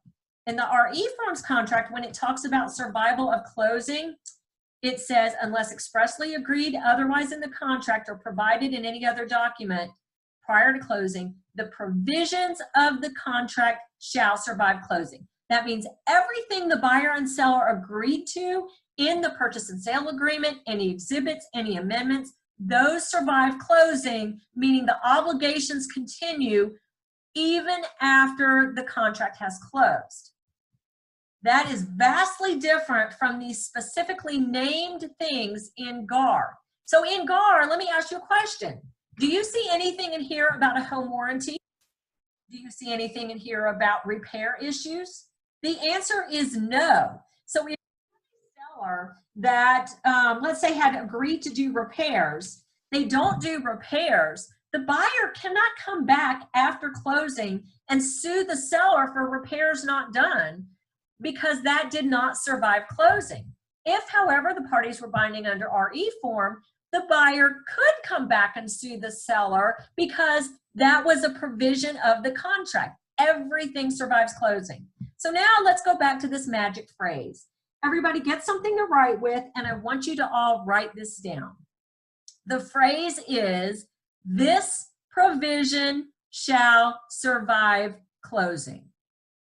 This provision shall survive closing. So let me give you an example of why that is magic.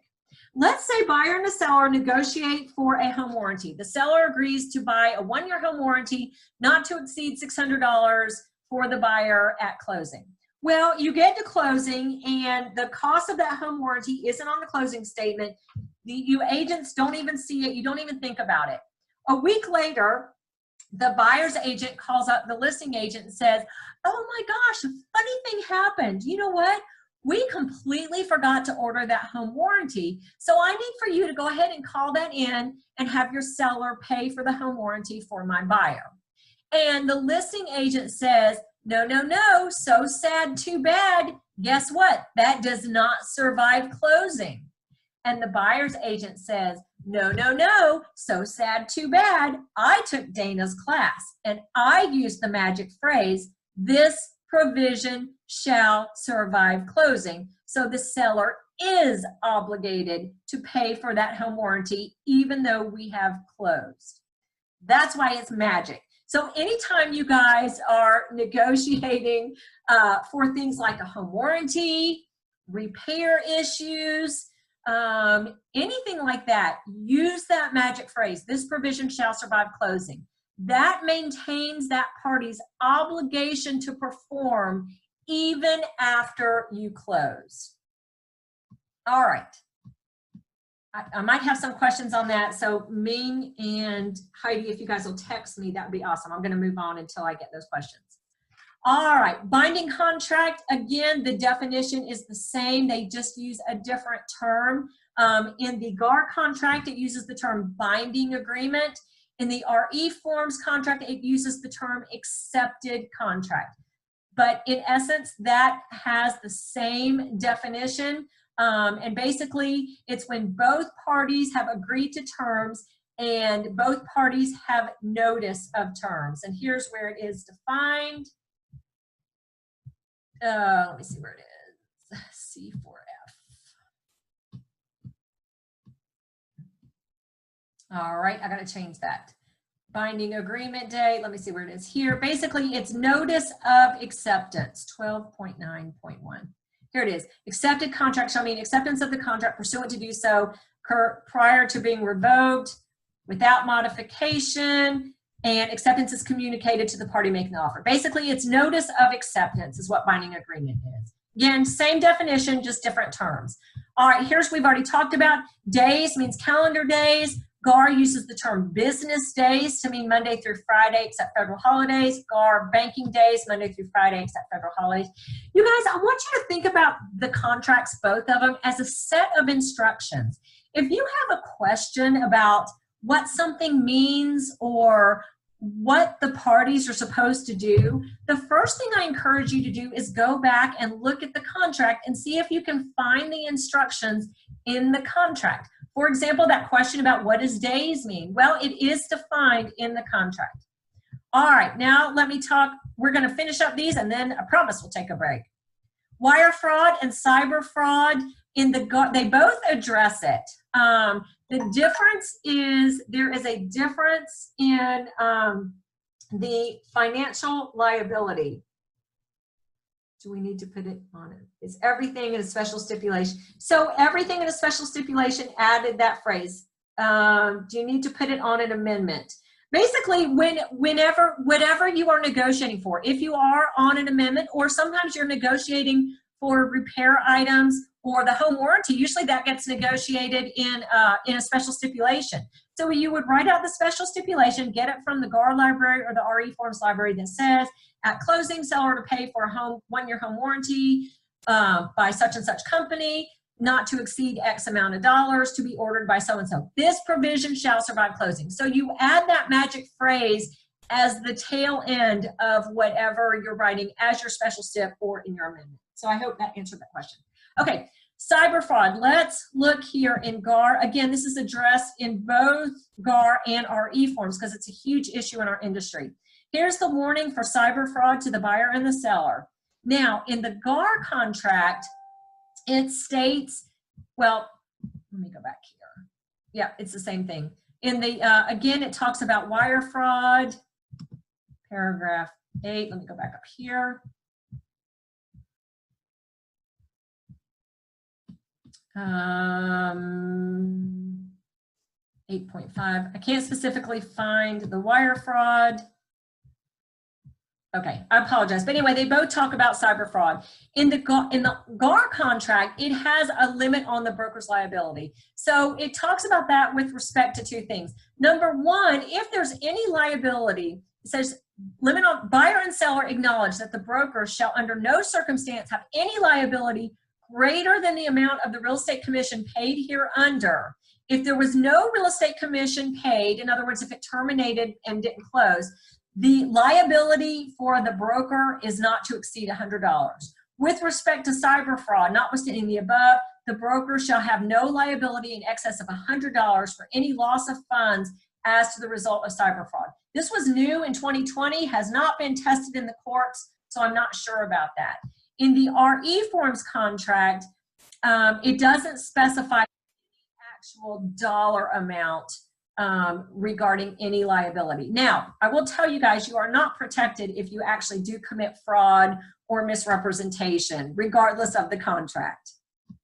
The RE form also limits the amount of the liability to the actual commission that would have been earned in the contract. Now, this is an interesting thing. Technology and privacy. This is brand new as of last year in the RE forms, and it's in paragraph 9.1. Check this out, you guys. Technology and privacy. If the buyer elects for the installation of, or the home has already improvements of various technologies installed, in some form, document, photograph, so forth and so on, the buyer waives any and all claims against the seller regarding these technologies. So you guys need to think about it. With all of these Nest systems and a lot of these electronic technologies, there can be cameras and tape recorders in the property just based on technology nowadays and some of the cool stuff that houses have. This is a brand new paragraph, 2019 in RE forms, that is not contained in the GAR form, that basically says the buyer cannot sue the seller if something is accidentally recorded either visually or auditorily in the house. So I think that's a really interesting addition. Cash, again, if it is an all cash deal versus, oh wait, hang on. Nope, that's it. Okay. I tell you what, everybody, let's take a break. It is 11:15, so let's come back at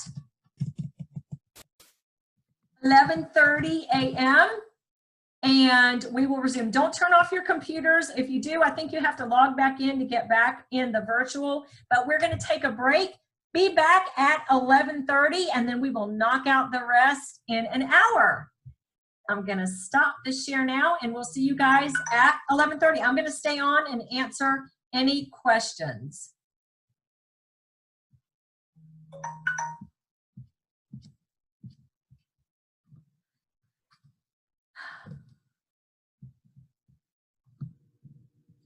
Pause the recording again. Okay, thanks. All right, everybody, welcome back. I'm going to mute everybody again for now, and you can unmute yourself. Okay. Hi, everybody. Welcome back. Thank you guys so much. I greatly appreciate your time and hope you guys are enjoying the class and learning a lot regarding the differences between the GAR forms and the RE forms. This has been really exciting learning how to teach a class virtually.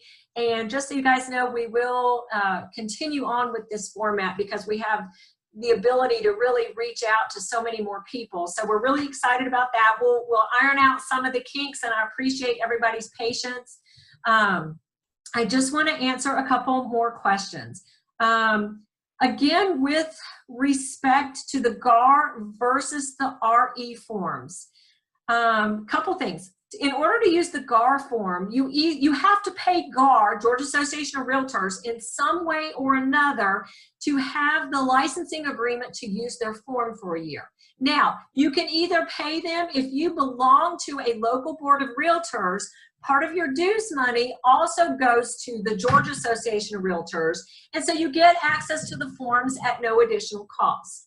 Or you can pay them directly a fee to be able to have the license to use their forms for the year. The RE forms are available to all agents in our metro area at no cost.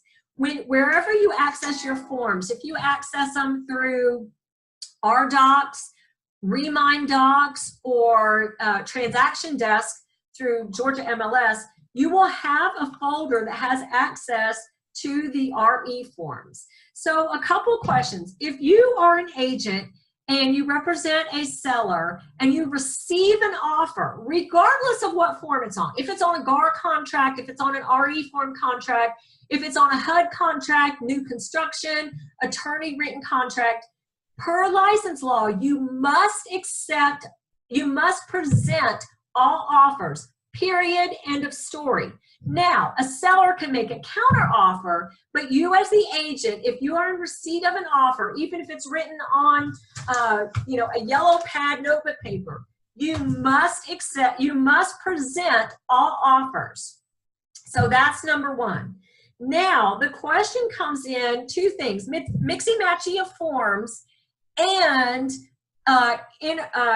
countering back or rewriting everything on a new form. So if you are a listing agent and you receive an offer on an RE form, the seller is more than welcome to make a counter offer on a GAR form by rewriting everything, pulling down a whole purchase and sale agreement and filling it in and making an entire counter offer on the complete GAR purchase and sale agreement with exhibits, so forth and so on, and sending that back to the buyer. That would be a counter offer. Even if the seller doesn't change the price, doesn't change the closing date, doesn't change closing costs, if you rewrite everything on a GAR form, it still is a counter offer form because of these differences we're talking about right now. Now, if a buyer and so that would in essence constitute a counter offer back to the buyer that the buyer either signs or the buyer makes another counter offer. Now, if a buyer writes an offer on an RE form and the seller accepts it and signs it and goes binding, if it's binding on the RE form, you cannot rewrite it on a GAR form and send it back. It has completely different provisions, which is the whole purpose of this class, is to talk about the differences. So if you're binding on the RE form, you're binding on the RE form. If the seller prefers the GAR form, before you go binding, you need to completely make a counter offer by filling out a whole purchase and sale agreement and exhibits and sending that back. Now, what about the mixy-matchy of forms? Well, that depends. If a buyer writes an offer on an RE form and the seller wants to make a counter offer, let's say the seller pulls out a GAR counter offer form and just counters something like, Charlene, I'm going to answer that question at the end of class. Makes a counter offer something like sale price, closing costs, so forth and so on, and sends over that counter offer and the buyer signs it, then the buyer and seller are binding with the main terms of the RE forms just with those two provisions countered, sale price and closing costs. So there's still no unilateral right to extend, so forth and so on. That's why this class is vital, so you guys understand the differences. Now, let's say you're binding on one or the other. Let's say you're binding on a GAR contract and the buyer wants to send an amendment. They don't have access to the GAR forms. Can a buyer, you're binding on GAR, can a buyer send over an amendment on the RE forms? Absolutely, as long as the form in and of itself does not have something that's inconsistent.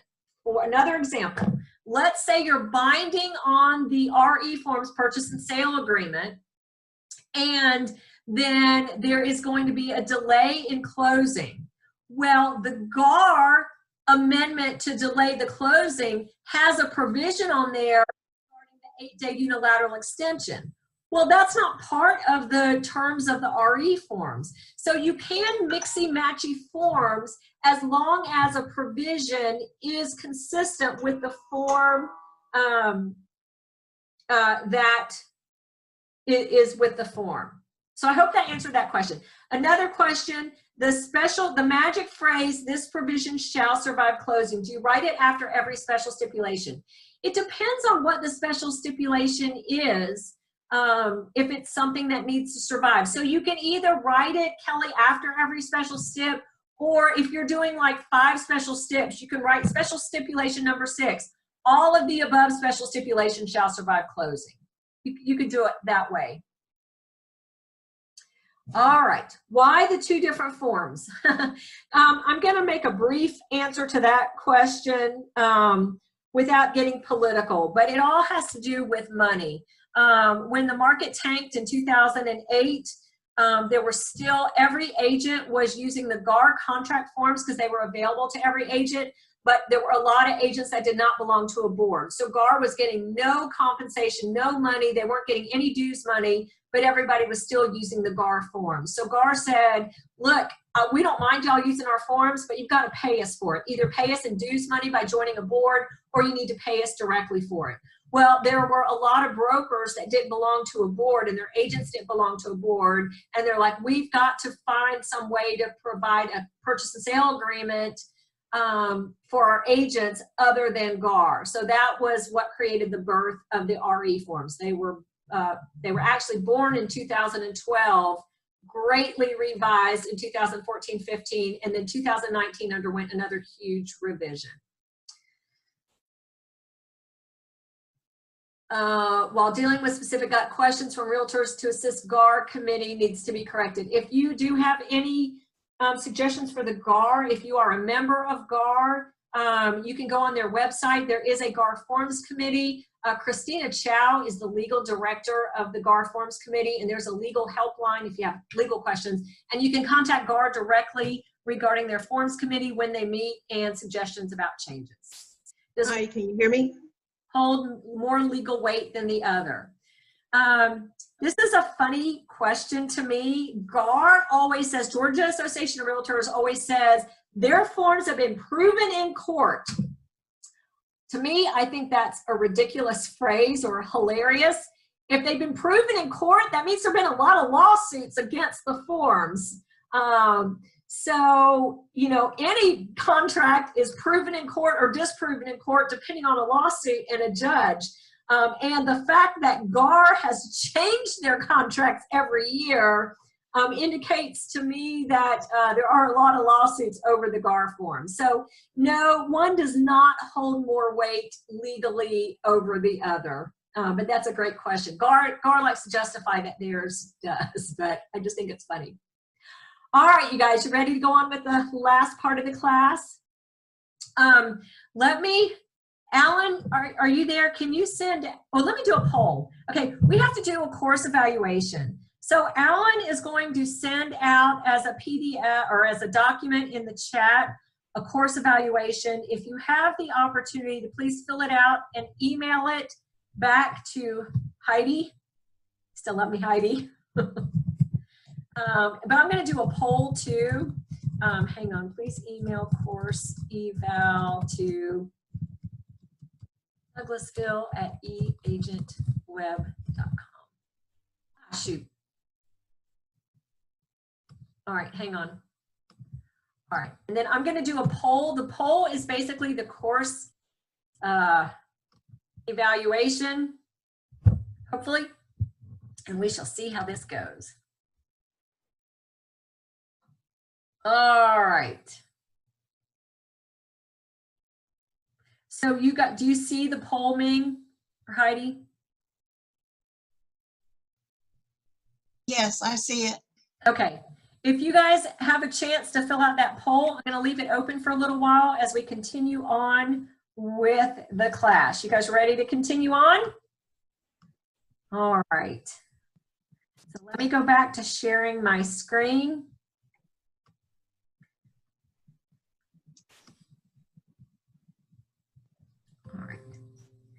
Ming or Heidi, do y'all see the results, or am I the only one that's seeing the results?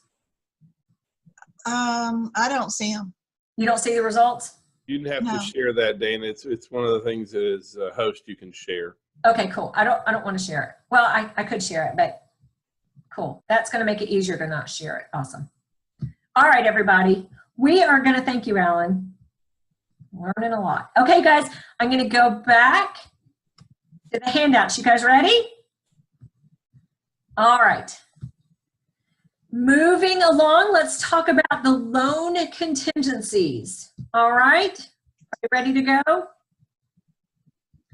So For cash, as we stated in the GAR form, there is a separate all cash exhibit. It's form F401. In the RE forms, as we talked about before, you just do not check the box for financing contingency, and that makes it an all cash contract. For the financing contingencies themselves, in the GAR forms, every type of loan has its own exhibit. F404 is conventional, 407 is FHA, 410 is VA, and I forgot to put in USDA. In the RE forms, the financing is included in the purchase and sale, except if there's an FHA or VA insured loan, you absolutely need the exhibits. And in the RE forms, RE200 is the FHA loan exhibit and RE201 is the VA loan exhibit. There is no USDA form in RE. The terms and timeframes of the loan contingencies. In the GAR forms, those are actually contained on the exhibit themselves. And we're going to look at some in just a second. In the, I'm sorry, that's GAR. In the RE forms, the timeframes are on the purchase and sale agreement and the terms for conventional, but the terms for FHA and VA are on the forms themselves. So let me show you here. All right, I'm in GAR, and let's look at the FHA loan contingency. Also, Alan, do you know if there's a way I can, if you'll text me, if there's a way I can print the poll when it's done or save it? Okay. Do you need to write a special step for USDA in the RE forms? Yes, you do, because they don't have a form. Okay. So this is the GAR FHA loan contingency form, and you'll see you fill out the terms of the loan, so forth and so on. But here's what I want to show you. The actual contingency part itself has the time frame in the exhibit. So here's where it says financing contingency. Buyer shall have X number of days from binding agreement date to determine if they have the ability to get the loan, or if they're going to terminate, they have to do so prior to the end of the financing contingency. So the time frame for this contingency is in the actual exhibit. In the RE forms, remember that the financing contingency is one of the contingencies contained in the purchase and sale. So the time frame for the financing contingency is, oh no, did I get rid of it? Hang on. Here we go. The time for the actual financing contingency is in the purchase and sale, the number of days from the acceptance date. So that's a big difference regarding the time frames. Now, let's talk about termination. If a buyer is going to terminate, thank you. Thanks, Alan. The buyer is going to terminate based on the financing contingency. So in the GAR form, basically the contract, I'm going under contract with you, the seller, but you're giving me so many days to make sure that I can convince a lender that I can pay back the loan. I have so many days to convince a lender that I'm going to ask to borrow hundreds of thousands of dollars from you, and I will pay it back to you. The lender has I have so many days to make that, to get a lender to do that. If a lender says, nope, I'm not going to risk my money on you because I don't think you'll be able to pay it back for whatever reason, then the buyer has to terminate the contract before the end of that time frame. Now, to terminate a financing contingency under GAR, you have so many days to terminate by sending the notice of termination. So you have to do two things. You have to do three things. You have to terminate before that time frame. You have to prove it, and you prove it with a loan denial letter. And the loan denial letter has to be specific. So those three things are true in both GAR and RE. Now, there's a few differences though. In GAR, you have to terminate under financing contingency with so many days. But then after you send the notice of termination, the buyer has 7 days to send the proof. They have 7 days after termination to send the loan denial letter. They have to send the termination notice before that negotiated time frame, but they have 7 days thereafter to send that loan denial letter. In the RE forms, if you are going to terminate, you have to still send the notice of termination before that number of days, but you have to send that loan denial letter. Let me find it. That part's in the standard terms. You have to send the loan denial letter simultaneously when you send the termination. So you have to send the proof. The loan denial letter must go at the same time you send the termination notice in RE. In GAR, you've got 7 days grace period. Now, the loan denial letter, so here's where that is here. The termination notice, you have 7 days for loan denial, simultaneous under RE. Now, the loan denial letter itself, this is the same information on both. So the loan denial letter, the buyer can't be just friends with the lender and say, hey, write me a termination. The loan denial letter has to be based on something that is within the guidelines or counter to the guidelines of underwriting for the loan. But it says the loan denial letter may not be based on buyer lacking sufficient funds other than the amount of the loan to close, buyer not having leased or sold real property as long as there wasn't a separate contingency for that, buyer not having provided the lender in a timely fashion with the information the lender's asking, and buyer making purchases that adversely affect the buyer's debt to income ratio. In other words, rooms to go, same as cash, that would be a purchase after binding agreement date that changes their credit score. That cannot be the loan denial letter. So if the loan denial letter has that in it, the buyer is going to lose their earnest money. They're not protected under the financing contingency if the loan denial letter contains any of these things.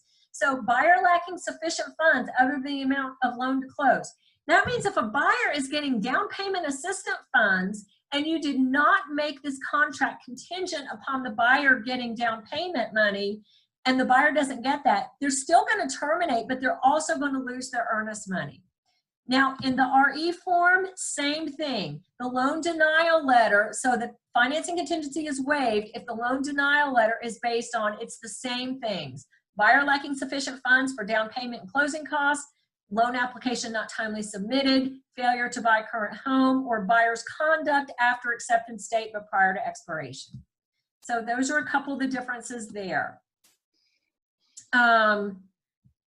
Now, GAR has additional information if, let's say, we've gone past the financing contingency. So we're back here on GAR, and we had, let's just say, a 21-day financing contingency time frame. The buyer did not terminate. So we're now on day 22. GAR has a whole separate set of provisions for a seller. The ends and the buyer did not terminate. The seller has the right now to basically get a loan, ask for a loan commitment from the lender. And if that isn't provided, and there are certain time frames in here, the buyer has the right to terminate the contract. That provision is not in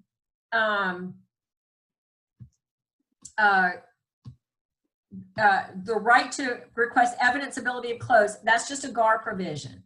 Now, in the RE forms, it does say if the repair costs are more than that dollar amount, the seller has the right to terminate. So this is seller's right to terminate. It is different in GAR and RE based on financing. But let's go a little bit more into the repair costs, and let's look at what that is, because this is new for GAR. So GAR, as you know, in FHA and VA, there is a section where it gets negotiated if the FHA, basically the FHA or VA appraiser mandate repairs, then this gets pre-negotiated. Any repairs required in the FHA commitment shall be completed and paid for by, and you negotiate either buyer or seller, prior to closing, as long as the repairs don't exceed X amount of dollars in total costs. Well, what happens if let's say buyer and seller negotiate that the seller will pay any repairs mandated by FHA as long as they don't exceed $500 in cost. And I don't know why, but y'all put in $500 regardless of the sale price of the home. It's crazy. But anyway, so let's say the FHA appraiser comes in and says, guess what? This house needs a new roof. Well, a new roof costs more than $500. What happens? Well, in 2019 for VA, 2020 for FHA, GAR has added this verbiage about what happens if the cost to exceed the mandated repair is more than what was negotiated. Basically, in GAR, the seller is required to go get an estimate, send a notice to the buyer of how much that estimate is, and the buyer and seller negotiate who's going to pay the overage above what was negotiated. If they don't agree, then the contract terminates. So that's what I have here. If the repair costs exceed the negotiated amount, seller is required to get estimates. If they don't come to an agreement who pays, it terminates. In the RE forms, it says that if the repair costs exceed the actual amount that was negotiated, the seller has the right to terminate. So this is an automatic seller termination under RE forms. Under GAR, it gets negotiated. If they can't come to terms, then there's a termination rights. All right. The appraisal contingency timeframes, these are the same in GAR and RE. So in the GAR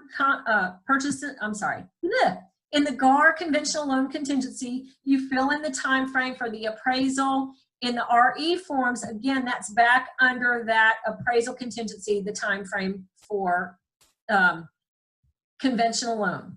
Now, again, this is the same in both GAR and RE forms. If a buyer is getting an FHA loan or a VA insured loan, protection for buyer's earnest money for termination if it does not appraise goes through the last contractual day of closing. So FHA and VA insured loans, appraisal contingency time frame is consistent with the time frame of the contract. It's just conventional that gets a negotiated time frame. Now, what happens if running out of time. What happens if the property does not appraise for the negotiated sale price? Well, in the conventional form, in the conventional loan contingency exhibit, a buyer is required to give the seller the option of selling it to the buyer for whatever the appraisal price is. So that is all spelled out in the GAR conventional loan contingency form, which is form F404, paragraph 11. And there are specific time frames to go through that. Again, for the purpose of this class, isn't to go through one contract or the other, but just to point out the differences. So conventional loan doesn't appraise. In the GAR contract, the buyer absolutely, positively must give the seller the option to sell it to them for the lower price. If you're binding under the RE forms, buyer's getting a conventional loan, appraisal comes in lower than the agreed upon sale price, this buyer has the option of terminating right then and there. Now the buyer can ask the seller to sell it to him for lower, but buyer has immediate termination rights on low appraisal under RE. Under GAR, they have to give the seller the option. All right, now what happens if we get a low appraisal on FHA? If the buyer's getting an FHA insured loan and you're binding under the GAR contract, low appraisal, buyer has the immediate right to terminate, or you can ask the seller to sell it for the lower price. RE form, same thing. You have the right to terminate. So if the parties are binding under FHA or VA and the appraisal comes in low, regardless of the form, the buyer has immediate termination rights with protection, or you can negotiate with the seller to sell it for the lower price. So the only difference for appraisal between the two forms has to do with the conventional loan. All right. Now, What about the costs associated with FHA, VA, or USDA loan in the GAR contract? If the costs exceed the negotiated amount, same thing that we just read, that the seller has to get an estimate and then they negotiate who's going to pay the difference. If they don't come to terms on that, the seller may, or either party may terminate. In the RE forms, if the costs exceed the agreements in the contract, the seller has unilateral termination rights. All right, now let's look at the VA loan exhibit. For the VA loan exhibit, this is different, and this drastically got changed under GAR in 2020. So again, all these other provisions are the same, but VA is different. Why is VA different, you guys? What's absolutely positively required on a VA insured loan that's not required on other loans? That's right, termite clearance letter. So this paragraph, paragraph 14, I'm on the GAR VA loan contingency exhibit, GAR F410, paragraph 14. This paragraph has undergone a gazillion changes with GAR. This is the latest change from 2020.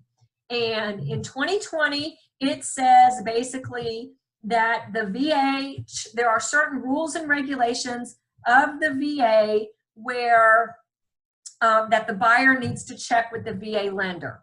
But the seller shall provide the buyer at or before closing a termite clearance letter dated within 90 days of closing that shows that there is no active termites or other wood destroying organisms. Now, the other thing it says is if there is previous damage from termites, the lender could require the repair of that previous damage. This is brand new for this VA loan exhibit in GAR, brand new as of 2020. In the RE VA contingency exhibit, where it talks about the VA loan, this one says it has much more general verbiage. Basically, it says, so here's where it says seller obligations. Now I'm on the RE form for the VA loan exhibit. It says if repair costs exceed excess amount, this is where the seller can terminate. We already addressed that. At closing, seller will pay all the costs associated with closing of the transaction, which are a condition of closing the VA loan, but are not permitted to be paid by the buyer under VA guidelines. If these costs can be included in closing costs. Very, very, very open-ended. So if you're working with the seller, you're binding under the RE forms, and the buyer's getting a VA insured loan, you need to find out what these costs are going to be for the seller, because this is very open-ended. It absolutely is going to include a termite clearance letter, and you as the listing agent need to advise a seller of that. GAR used to be very open-ended like that, and again, this has tightened up this year in 2020. Big difference between those two. All right. I am going to move along out away from the financing.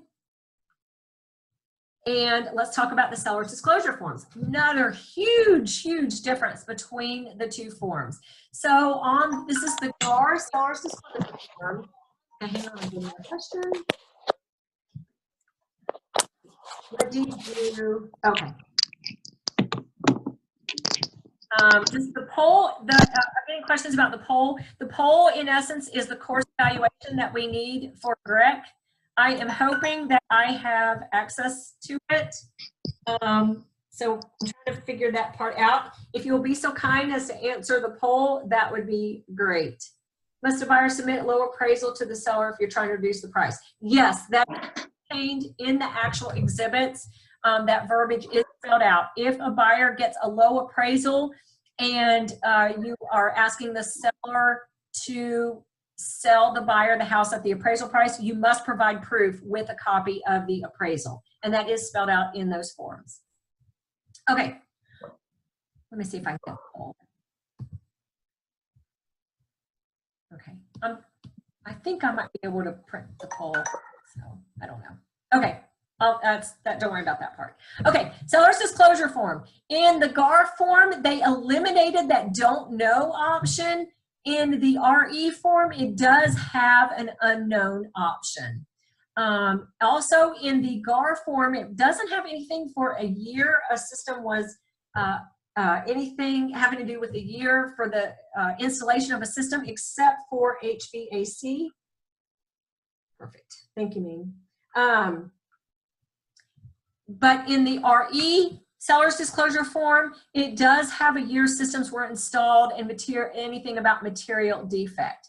Now, another huge difference, the GAR seller's disclosure form. So this is the whole form. I just want to show you something at the very end. This is where one of the main differences is. Fixtures checklist. If you're familiar with the GAR, you're familiar with this. And this is a place where the seller indicates what they're going to remove from the house. So all of these, what look like personal property items, the seller indicates what they're keeping and what they're removing from the house prior to closing and what stays with the house. In the RE seller's disclosure form, this is the RE seller's property disclosure statement here, you will see here, you'll see a list of some items that look similar to that. Hang on, I'm reaching for it. For example, security alarm, floors, grass grill, oven, range, refrigerator. But the only questions about that are, do you know, does the seller know of any material defects? Nothing is included in the seller's property disclosure statement in RE if the seller is leaving those or taking those. So that needs to be negotiated separately as a special stipulation or with a bill of sale. So that is a big, oh, here's some more. Ceiling fan, so forth and so on. That is a big difference between these two forms. All right, community association disclosure. These forms are very, very similar. And Spiller normally email I to barwag login thing that I gotta see how you guys are playing a game. That's what he said. Review game.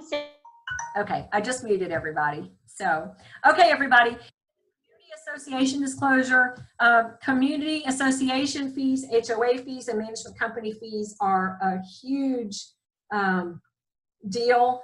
And basically the forms, the RE forms have been changed as well. That basically, oops, that's supposed to be there.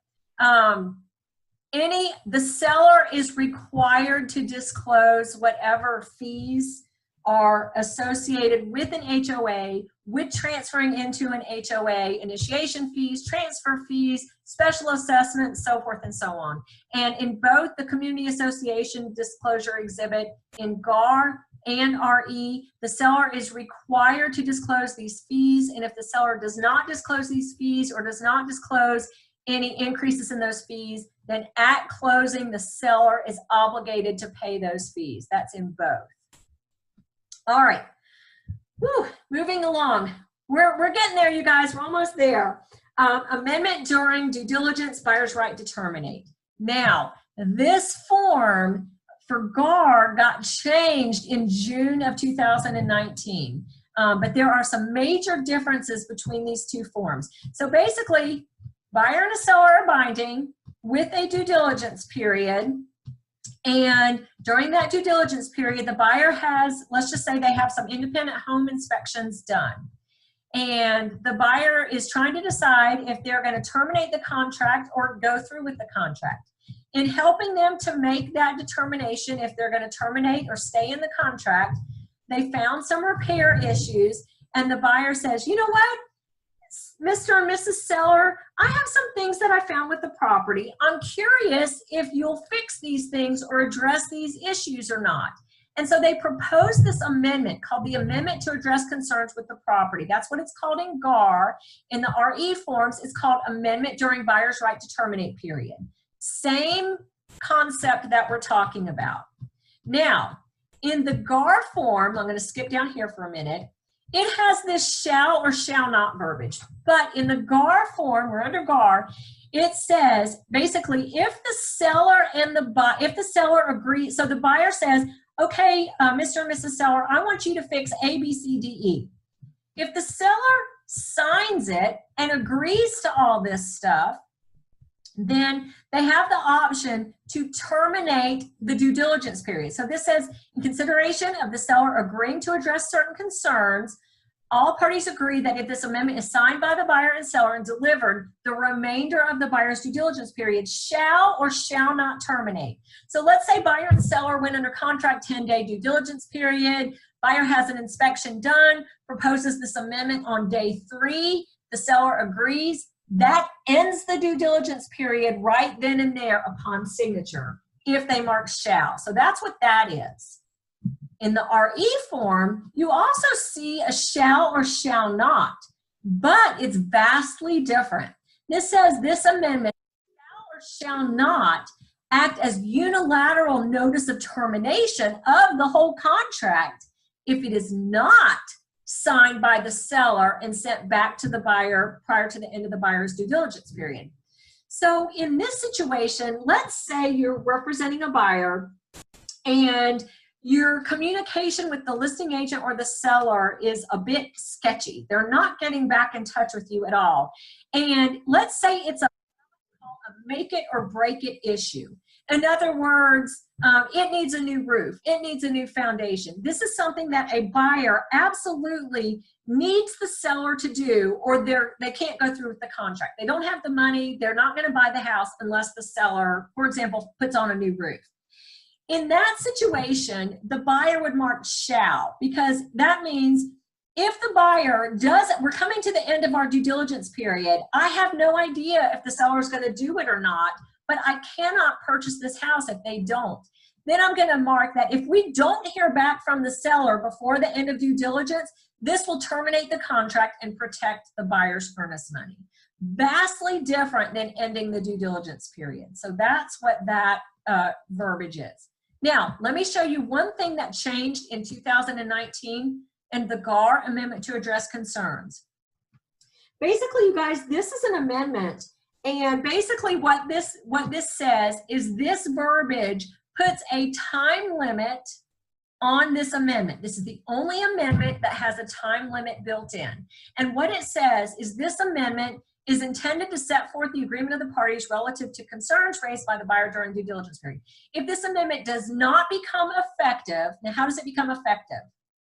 Well, it becomes effective with a buyer and a seller's signatures, both of them on this form. So if it's not signed by both buyer and the seller during the due diligence period, then it becomes null and void. And basically what that means is if a buyer proposes an amendment and the seller, let's say the buyer says, okay, Mr. and Mrs. Seller, I want you to fix A, B, C, and D. And the seller comes back and says, look, I'll fix A and B, but I'm not fixing C and D. If the buyer does not sign that counter amendment before the end of due diligence, then the seller would not be obligated to do any of those issues. So that's what that new paragraph is that came in mid-2019. Basically, buyer and seller need to agree on whatever repairs. If they're not agreed upon before the end of due diligence, there's no obligation for the seller to do any repairs. And if the buyer doesn't terminate before the end of that, the buyer is buying it as is. All right. Temporary occupancy agreement for the seller after closing. Huge difference between these two forms. So if you represent a buyer and the buyer buys the seller's house, but the seller says, hey, I want to stay in the house for 3 days after closing. Number one, to make sure we close. And number two, I'm closing on a new house the day after. So I want to stay in the house temporarily. I want to occupy the house temporarily. I'm the seller after closing. Well, that's all great, but what's the buyer going to want? Because the buyer now owns the house. Well, the buyer might want some money for the privilege, for giving the privilege of staying in their house after closing. And in the RE forms, that provision is addressed, but not in the GAR form. So here's the RE occupancy agreement for seller after closing. And you will see here, it has compensation or a usage fee. The seller shall pay the buyer at closing a usage fee in the amount of X amount of dollars total, or so much per month. I wouldn't do it per month, beginning on whatever date. So the seller, who no longer owns the house, is basically paying the buyer a fee to stay in the house for a few days after closing. In the GAR contract, that provision is not there. The only thing it talks about a fee is if the seller, let's say the buyer says, okay, you can stay in the house for 5 days after closing. Well, if the seller does not vacate within that 5 days, then the seller is deemed as what's called a tenant at sufferance and has to pay the buyer X amount of dollars per day at the end of that time frame. Let me tell you, if a seller doesn't get out when they say they're getting out, good luck collecting that money. But the big difference is there's not a usage fee in the GAR temporary occupancy agreement. Okay, last thing, you guys, we're actually going to make it. Last thing is the closing attorney as the holder of the earnest money. So let's talk about this just a little bit. Your brokers are all licensed real estate agents, and your brokerages also hold a firm license with the Real Estate Commission. Because your brokers and the firm hold real estate licenses, we also have, I say we, I am also the managing broker of Maximum on Realty Greater Atlanta. So that's why I know these contracts. I don't see every contract. We've got 2 compliance brokers, but I see the troubled contracts. And I deal with these kinds of issues all the time. So I probably should have told you all at the beginning, but that's where my background is. But the context of this class is agents from all brokerages and just to go over the contracts. But I wanted to give you a little bit of background as to my knowledge and interaction with these contracts and these issues on a daily basis. So I also teach license law, and so there are a lot of license laws that your brokers and your firms are held to. So if there is a violation with earnest money, there's recourse or potential liability. I'll talk about that in a second. There's potential liability, or there's other recourse against the brokers and the firms that my license can be jeopardized and the firm's license can be jeopardized. Okay, guys, I'm getting questions about temporary occupancy. Some folks are concerned about temporary occupancy due to liability incurred by the seller after closing prior to the buyer taking possession. How would risk be covered in an occupancy beyond closing, not just money? Okay, I'm not exactly sure I understand the questions, but in the exhibits themselves for the temporary occupancy, there is liability issues addressed in here. It talks about money for utilities. It talks about there's no liability for the brokers, yay for us. It talks about having to have insurance, expense of repairing any damage. So I think if I understand your questions, these issues are addressed in the actual exhibits themselves. If a seller does not vacate the property at the end of the time frame, there is eviction rights. The buyer has to evict the seller from their house, but these forms do not create a lease. Seller is not a tenant. That verbiage is in both of these forms. That is great. You guys, you do not want a lease between a buyer and a seller for temporary occupancy. The reason is if it creates a lease, the tenant becomes the seller becomes a true tenant. There are Georgia landlord-tenant laws that kick into play, and they greatly protect the tenant than the landlord. So I'm hoping that addresses those questions of liability. Okay, so let me go back here. If you have a closing attorney addressed or specified as the holder of the earnest money, first of all, in the RE forms, there is no exhibit or documentation addressing that issue. And the closing attorney does not sign the purchase and sale agreement. So number one, the closing attorney is not obligated to perform any of those responsibilities as holder. And if a contract fails to terminate, What happens with the earnest money? Well, a closing attorney can do whatever they want with it. I mean, they can't steal it or take it, don't get me wrong, but they can give it back to the buyer, they can give it back to the seller, they can go by it. Let's say you have a TNR and the parties agree to give it to the seller. A closing attorney can say, nope, I'm gonna give it back to the buyer. That's who I got it from. If the parties are binding under the RE contract forms and you elect a closing attorney as the holder of the earnest money, there is nothing contractual that obligates that closing attorney to disperse the earnest money per anything, because this closing attorney doesn't sign the contract and they have no obligation to perform any responsibilities as holder. Now, if you're binding under the GAR contract, there are two forms. One is GAR form F510. A buyer and a seller sign this exhibit when they go binding. And basically what this form does is this form specifies who the closing attorney is that's going to act as holder. Here it is. This is F510. This is an exhibit. Buyer and seller sign it. It says that the closing attorney shall act as holder, has to agree within 3 business days.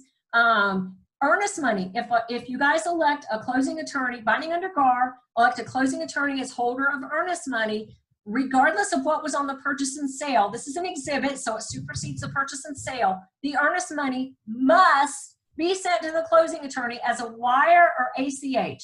And I'm telling y'all right now, our closing attorneys in Metro Atlanta do not accept ACH, so it needs to be a wire. If the closing attorney doesn't agree to be the holder within 3 days, then the alternate holder automatically becomes the holder of the earnest money. So you must name an alternate holder, and that has to be either the selling broker or the broker. Another thing, if under GAR contract, if you have a closing attorney as the holder of the earnest money and it's an all-cash transaction, the transaction doesn't close, so there's a termination, but the buyer and the seller don't agree on the disbursement of the earnest money, the only remedy for the closing attorney, all cash, is to resolve the dispute regarding the disbursement of the earnest money shall be to interplead the funds into a court. So the closing attorney has to send it into a court. And there are fees associated with interpleading the money, and that comes out of the earnest money. So I have a question. If you're binding under the RE purchase and sale contract, can you add the GAR earnest money holder exhibit? Yes, you may if the parties agree to it. So I would probably want to do something where a closing attorney signs something. So this form F510, this is an exhibit, and you'll see this is still only signed or initialed by the buyer and the seller.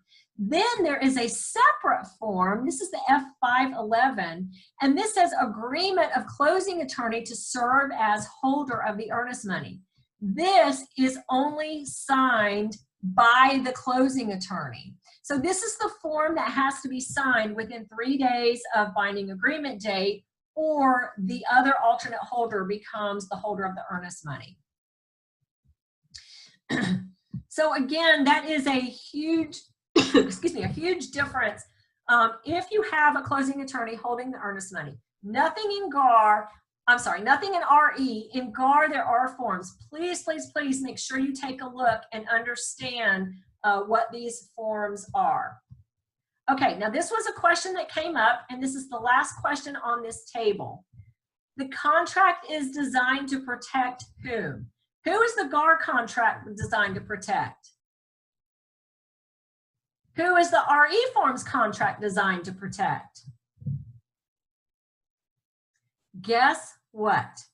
Both GAR and RE are designed to protect you, the agent, and your brokers.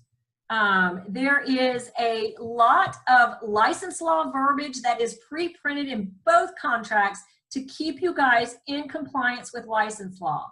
And the aim and the goal of the authors of both of these contract forms is you, the agent, and your broker. That's who they are designed to protect.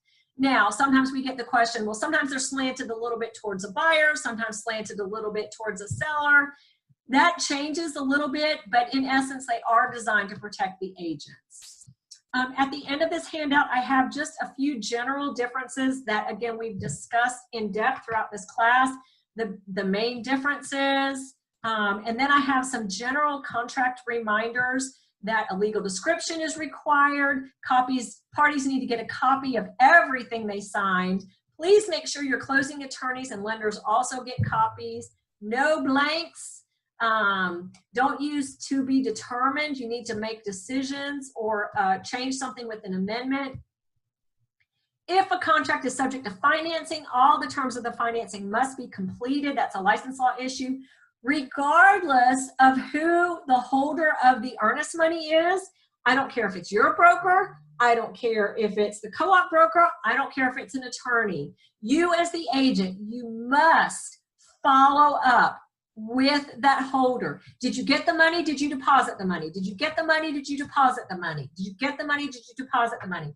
That is incumbent upon you if you are the selling agent and if you are the listing agent. You've got to protect yourself, your broker, and your clients regardless of the holder. Make sure all the buyers and sellers sign. So if you have multiple buyers or sellers, you need, like if you have, let's say you have 3 people buying a property, you need all 3 of their signatures on all the documents. Don't miss any initial spaces. You need contact information required for customers. If you're working with the public as a client, then just make sure that information is on the buyer brokerage or the listing agreement. Please, please, please limit your own pre-printed, your own written special stipulations. If you want to use a special stip, there is a library of special stipulations in the GAR contract package and the RE forms contract package. So please consult with those before trying to write your own. Don't write a special stip for something that is already addressed. And what I mean by that is if you have a buyer getting a contract subject to a loan, on the GAR contract, let's say the appraisal contingency is already contained in there, and in the RE forms, the appraisal contingency is in the purchase and sale. Don't all of a sudden write a special stipulation that says property must appraise for sale price. You totally negate what's already pre-printed that has the time frames, the forms of notice, and right to cure. And that's it, you guys. Please confirm any and all of your contract questions with your own broker. GAR does have a legal helpline. We have additional courses. We are going to have virtual courses throughout the end of this month, as well as most likely throughout May. And then we're going to see about continuing these on. We're going to work out a few of the kinks. Just everybody, please stay healthy, stay happy, stay patient. Stress level is at a max for the entire world right now. And short fuses are one of the manifestations of stress. So patience and kindness are absolutely required at this time. And also for those of you who are interested, I do have a completely separate YouTube channel called Real Estate Made Crystal Clear. I've had it for, I don't know, 4 years or so, and I have a gazillion specific contract tips for both the GAR forms and the RE forms. So please feel free to go and check out those videos, and I'd love for you to subscribe to the channel. And you'll see, if you click on the link that says videos or playlists, you'll see special playlists that might help narrow down your search. And again, that is on YouTube, just a general channel. If you type in Real Estate Made Crystal Clear, you will see that there. And I will stay on for any questions as long as y'all want me to. I thank you guys so much for your time. And again, everybody, thank you so much. Please continue to be a blessing to your public clients, and be kind, be patient, and stay healthy. Thank you, everybody. Bye.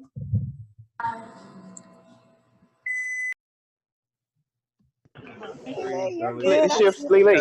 I had a couple questions. Okay, so I updated on the site.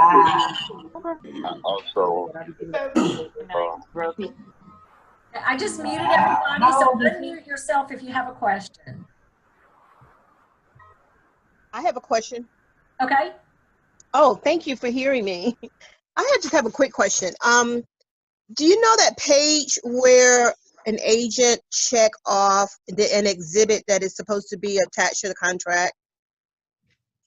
You know, for example, if you want to make the commission instructions part of the contract, you add it to the boxes where it's the special step page. Do you know what I'm referencing? Say that again? The special step page where an agent would check off if an addendum or an exhibit or additional page is part of the contract. Okay. I believe if an agent failed to check off an exhibit or an addendum, making it a part of the contract, technically, is that exhibit or addendum part of the contract? No, it must be referenced. The exhibit or addendum must be, oh, I can't believe I did that. I understand it. I just wanted to make clear because, in my opinion, the answer is no. No, it must be referenced in the body of the purchase and sale in order for it to be part of the purchase and sale. Okay, I just wanted clarity on that because, in my opinion, it has to be referenced to be a part of the contract. Okay, thank you. Great class.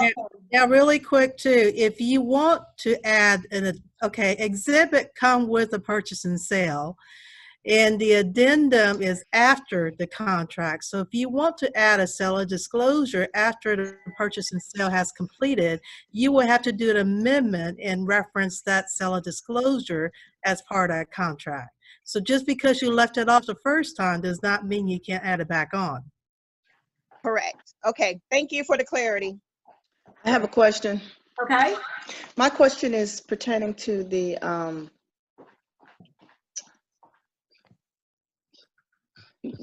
time period where the property has to be in the same condition as before. So my experience has been that there was like a big ink stain that one of the children left on the property prior to closing, the seller's kids.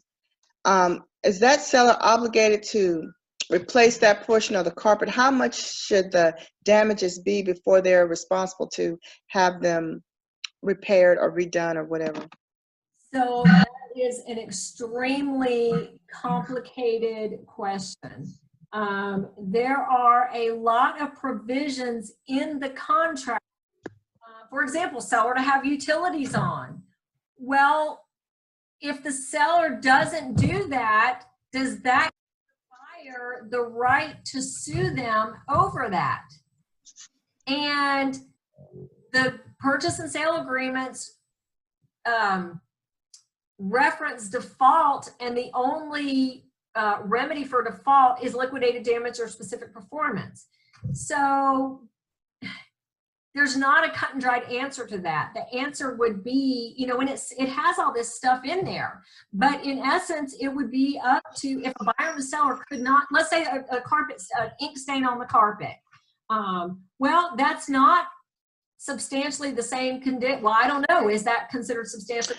Well, it wasn't there when they came through, and the ink stain might have been about this big around, and then they walked through it and had a little bit of tracks on the floor.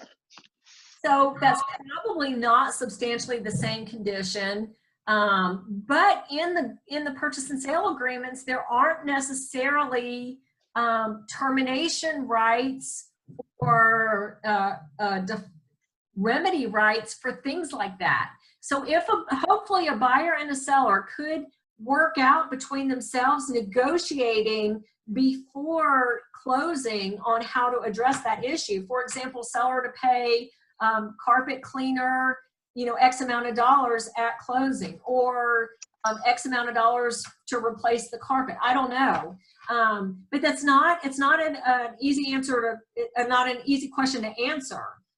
It would depend, and if the, you know, if you're binding under the GAR contract, and that paragraph that says property to be in substantially same condition at closing as it was at offer date, and the buyer closes because the buyer doesn't have any termination rights built into that, that doesn't survive closing.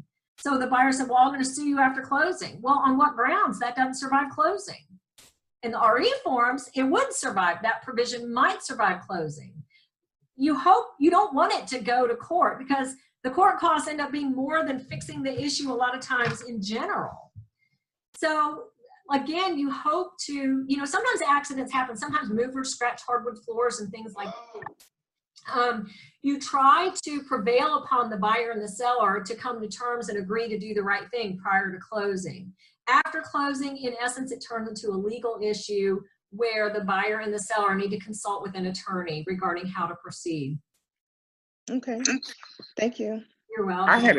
I had a quick question. Is there a way that we could get copies of the forms for the handouts? So, yes. If you, what's your email address, Idris?